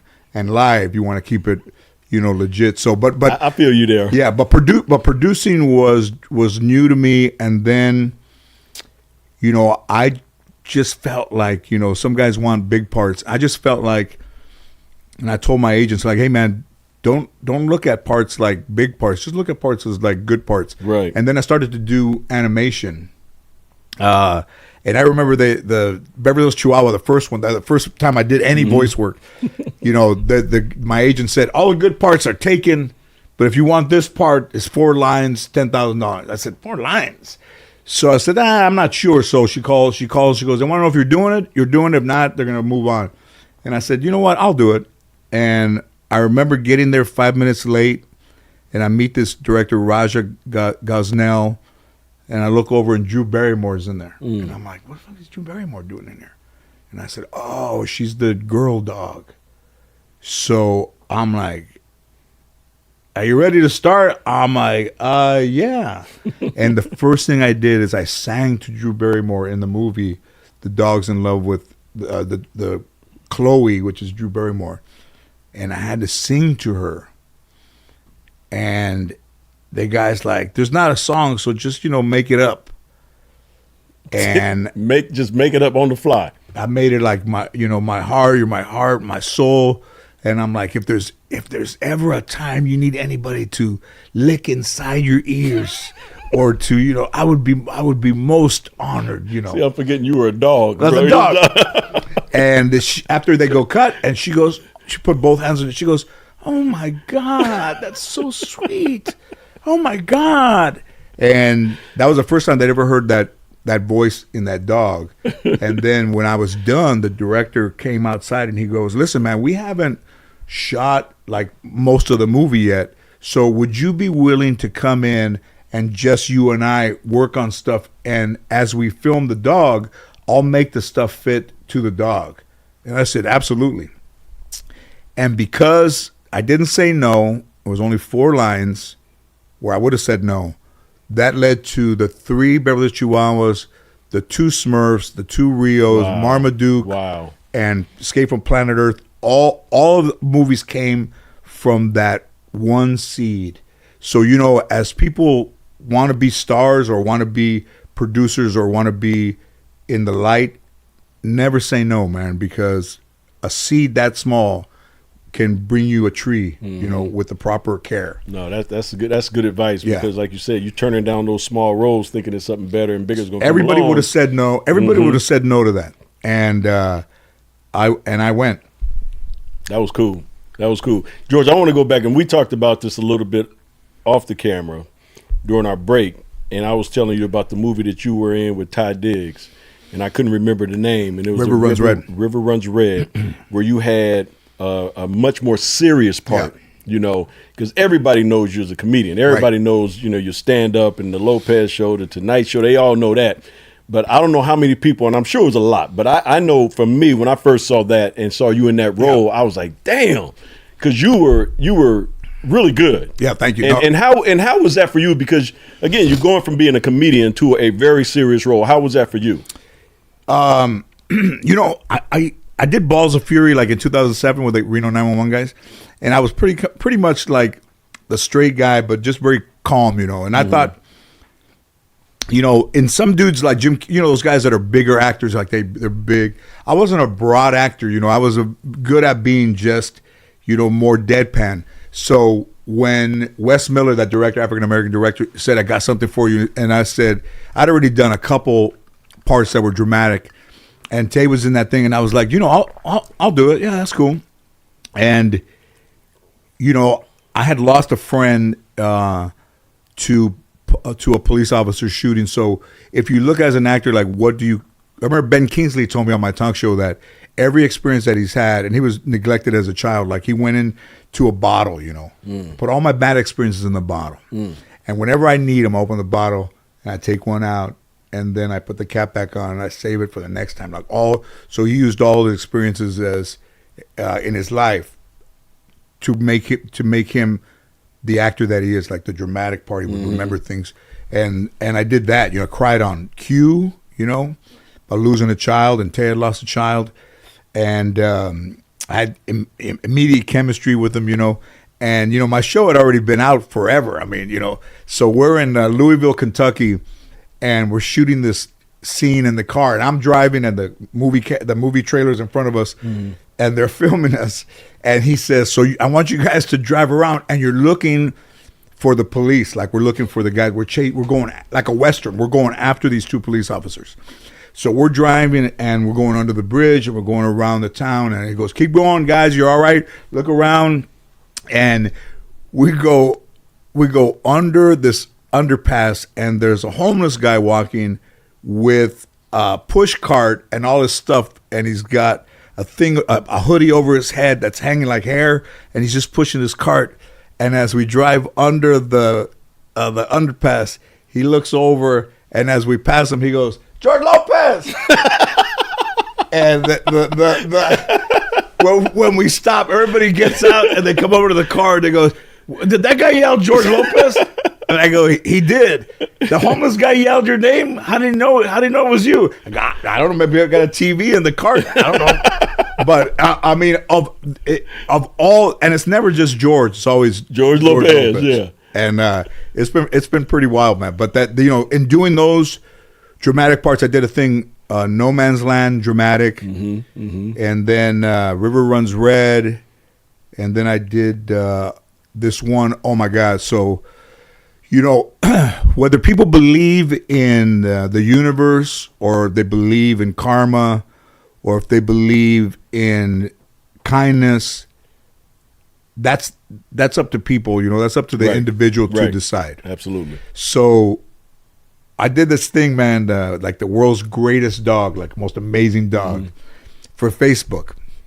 And I was leaving and everybody was like, why are you doing this thing, man? I was like, you know, I don't know. It was Lisa Vanderpump. I wanted to hang out with Lisa Vanderpump. She's great. So when I'm leaving, this girl is there and she's dressed kind of like a guy and she's got a hat on and she's got her brother with her. And I get in the SUV and the window rolls up and I look and they're both standing there, but kind of like really kind of meek, you know. And I roll the window down and I'm like, hey, what's going on? And they're like, George Lopez? And I said, yeah.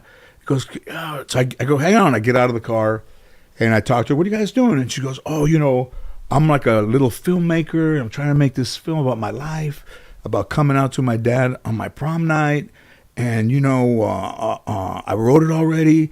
And it's funny, man, because my brother and I were just talking about you. Like, you would be the best person to play my dad. And then here you are. And I said, well, listen, I'll give you my number. I'll give you my email.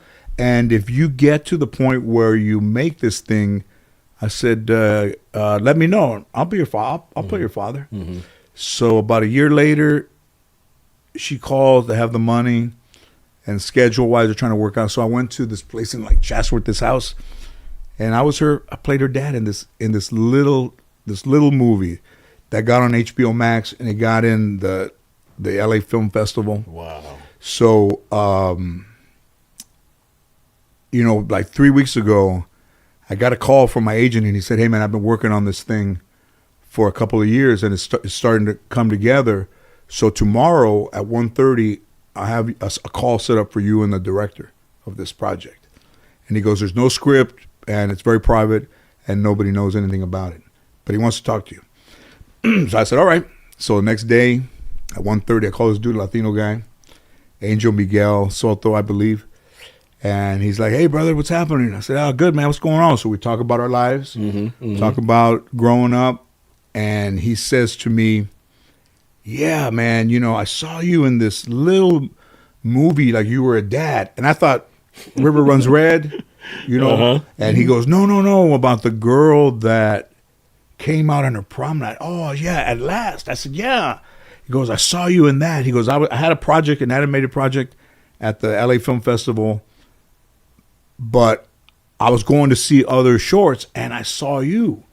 And he goes, I cried. Like, I was like, oh, my God. So the next day they made me an offer. So DC, you know, Marvel, DC is coming out with the first Latino superhero. So it's the producer, writer, and director are all Latinos. And that guy's the director of it. So he says, you know, there's no script. It's called The Blue Beetle. The kid from Cobra Kai is playing the Blue Beetle. So, you know, it's all very private. It was going to be on HBO Max only. And then Warner Brothers saw the script. They saw the people involved. So it has a release date of August 2023. So I got cast to be the uncle in the Blue Beetle. So I'm going to be the uncle in the Blue Beetle series, which nobody knows about yet. Oh, wow. And that's going to be on Netflix, or is that going to be? No, it's going to be released. It'll be a worldwide release. Oh, wow. Because it's DC. So when they sent the offer, there's an offer for one movie, and then under it, there's 10 more offers for other. Wow. So you said the kid from Cobra Kai is going to be the Blue Beetle. Yeah.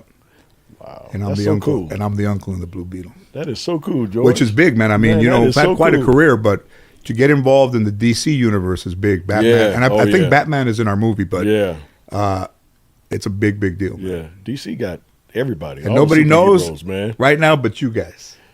Well, there you go. See, that's what's happened when you're watching the Off the Dribble with Byron Scott. You get stuff like this from George Lopez. You get the first of everything. You get it way before you even hit the presses. See, that's what it's all about. George, I mean, we talked about your producing. We talked about you as a comedian, drama, you know, just unbelievable actor, what you have meant to the Latino community.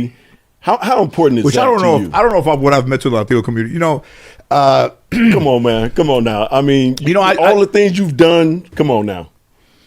Well, I know what they've meant to me, and I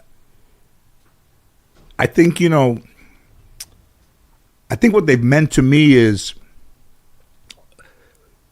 it might be the first family I ever had. Of all those people that come up to you and say, hey man, we saw you in this, or my daughter loves you, or if you look at YouTube, every time they play Lowrider, like a little kid is jumping up and down the bed, like they know my face.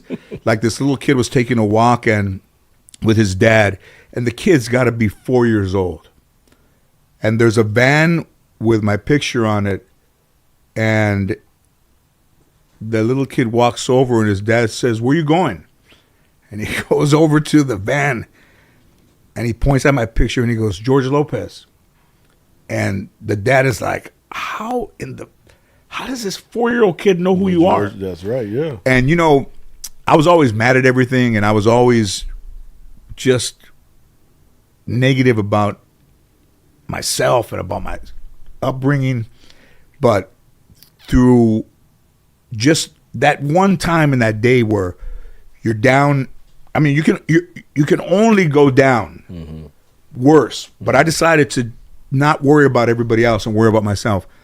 And that was the day that I think everything, if you go one day without wishing anybody ill, then makes the next day easier. So when I turned that page and went to being not the most positive person, but not wishing anybody any harm or any bad things to happen to them. And, I had grown up around Buddhist temples, my whole life. And then I met the Dalai Lama like in 2012 or 10. And then I spoke at his 80th birthday party. So those guys and that thing really helped me just, since I cussed in church, I don't think I was welcome back.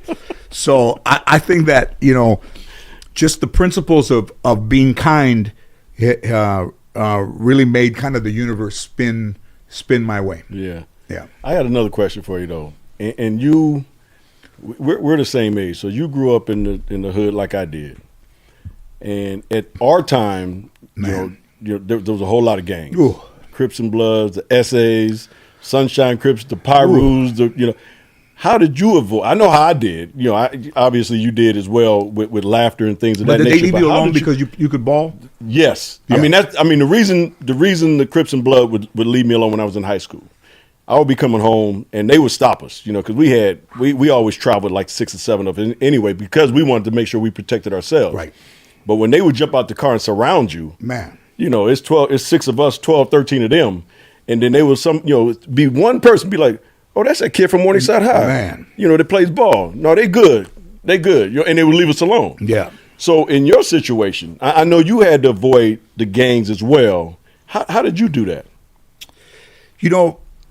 Man, my grandfather never really, I don't think he hit me. I think he's more mental. He made me more afraid of him than of being in gangs. But the guys that I grew up with started in high school. They started to go a little sideways, man. They would leave school and go do home invasions, like they'd break into houses.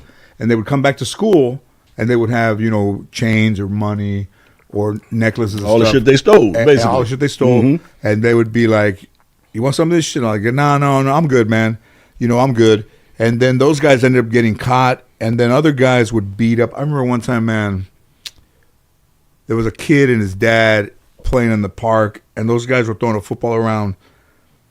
And then they were going to have a meeting, and they asked me to leave because I wasn't with those guys, and those guys I grew up with.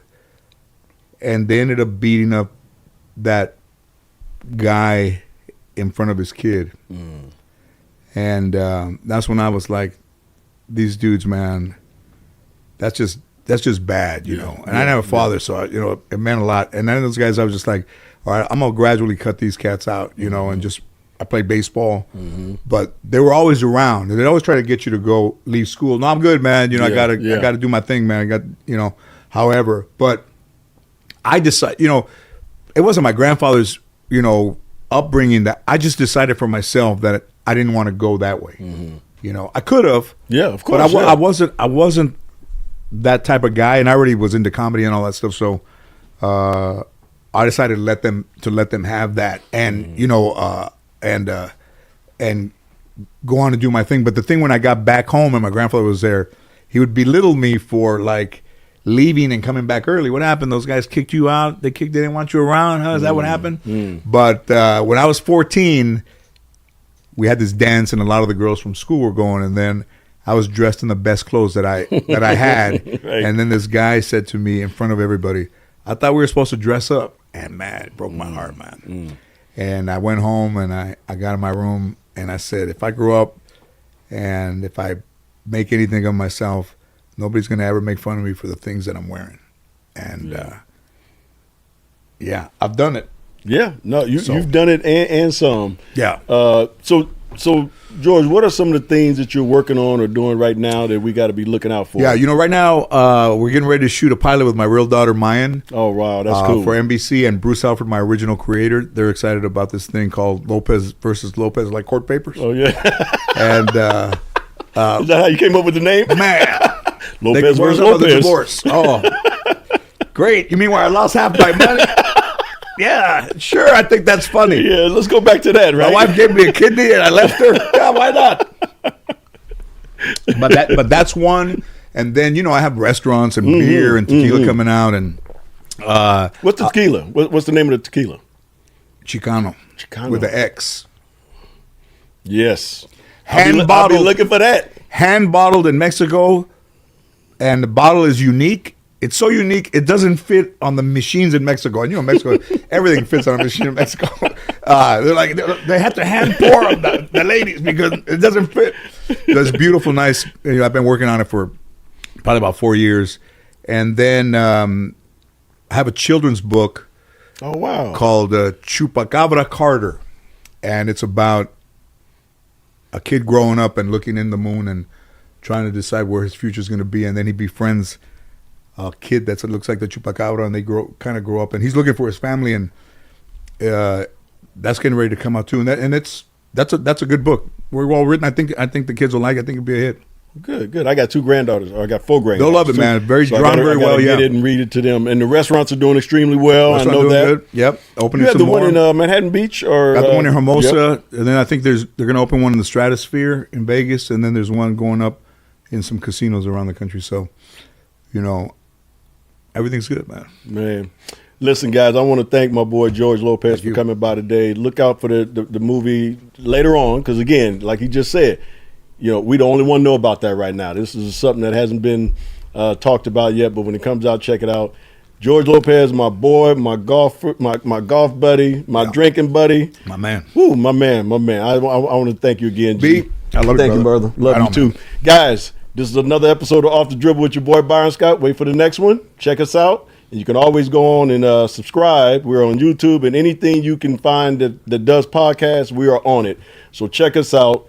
And we are out with my boy Joe Lopez. Until the next time, guys. Peace. Xin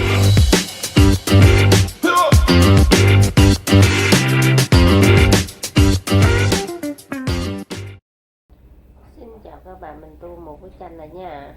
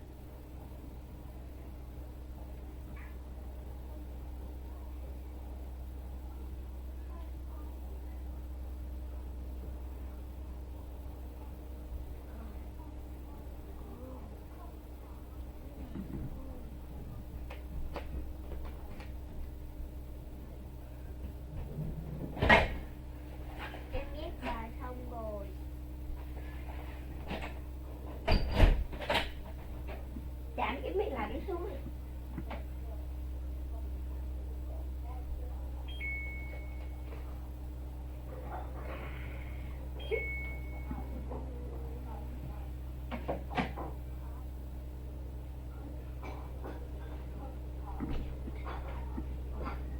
Xin là con người sẽ nhưng còn lại chỉ có heo.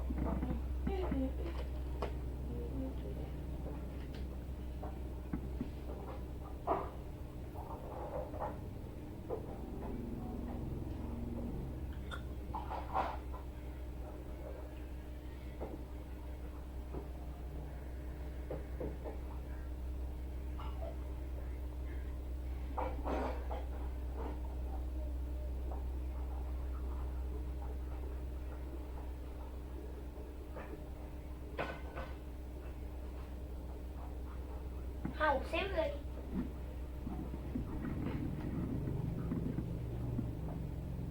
Đây là một tô cái áo vừa nâu nha.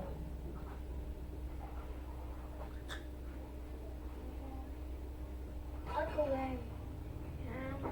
Ớt chọn nè. Để mà ớt mình tội nghiệp quá. Tôi nhìn thấy tội nghiệp không? Ăn ớt nó xíu đi. Mẹ không thấy mẹ quay đi ha. Nặng lớn lên xíu mà.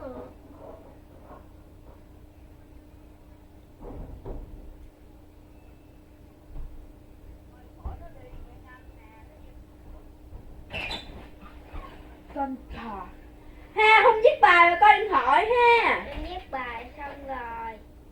Cái miệng như cái bôi. Chị coi từ sớm giờ rồi. Con coi vở này nè. Chưa viết xong luôn. Mẹ không chưa viết xong bài.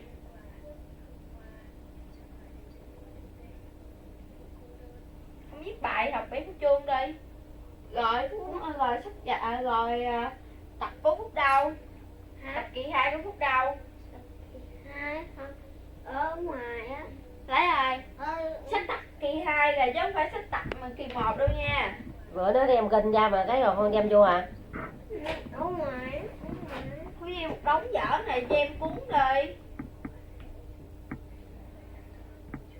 Trời ơi, cái cuốn kỳ 2 đó. Sách lớp 2 đó. Nè ba.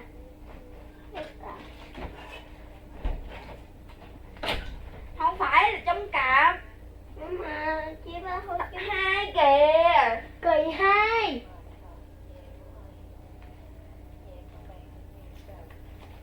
Cái bịch sách giống vậy đâu. Ở trên tủ bà. Này của tao mà. Ủa em nó để lâu. Chắc em để trong nè. Chắc em để trong đây nè. Nè, có gì có nè. 25. Ý là 1 phút cũng bằng nhau mà. Rồi như cái nói người ta 25. Có rồi. Đây nè. Đây. Đây chỗ này. Đây. Đó rồi.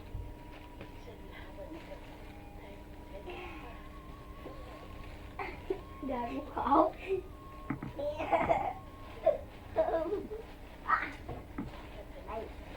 Đó. Đó. Cái cuốn đó đó. Hai kiến Việt 2 tập 1 1988. Móc kìa.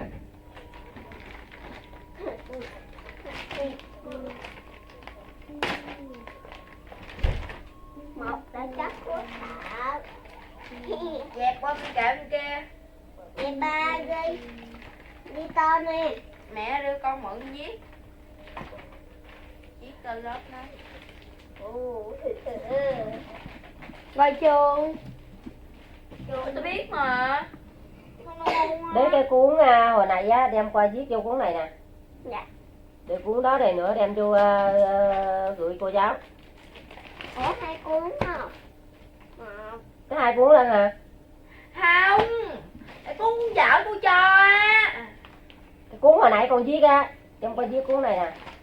Rồi không gì nữa sách để trả nó ai. Cô ghi không đúng gì hết á. Em chỉ coi luôn. Sao cực kỳ rất là tập viết. Viết hoa. Một B hay một A? Một A.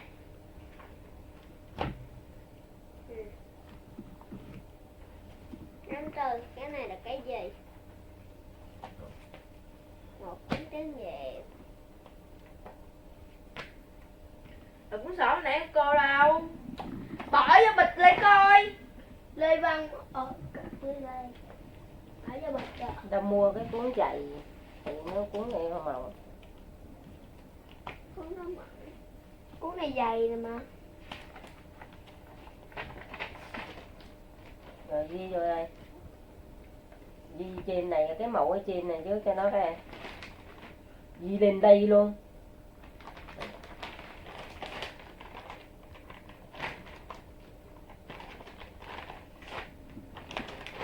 Viết chị đúng chưa chị? Đúng rồi. Chữ giống cô á. Mà cái viết của cô đầu nhỏ này đầu bự có viết được giống cô đâu mình ơi. Nè. Viết vừa vừa thôi. Xịt vô xíu kìa cô giáo để vô kìa. Mới hết rồi sao hết. Tới 6 con nữa nè. Vô xí đây đây. Không lại. Đi xong bài rồi. Em tin vô. Mày cách ô chỗ này sao đủ.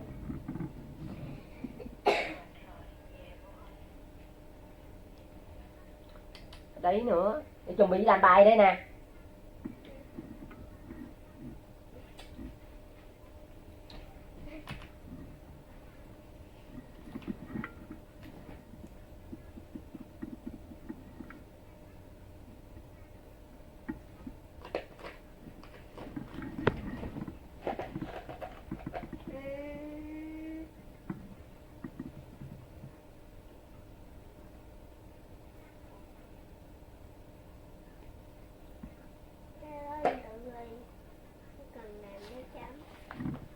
Đây mình đã hoàn thành một cái bức tranh nha các bạn. Bye bye.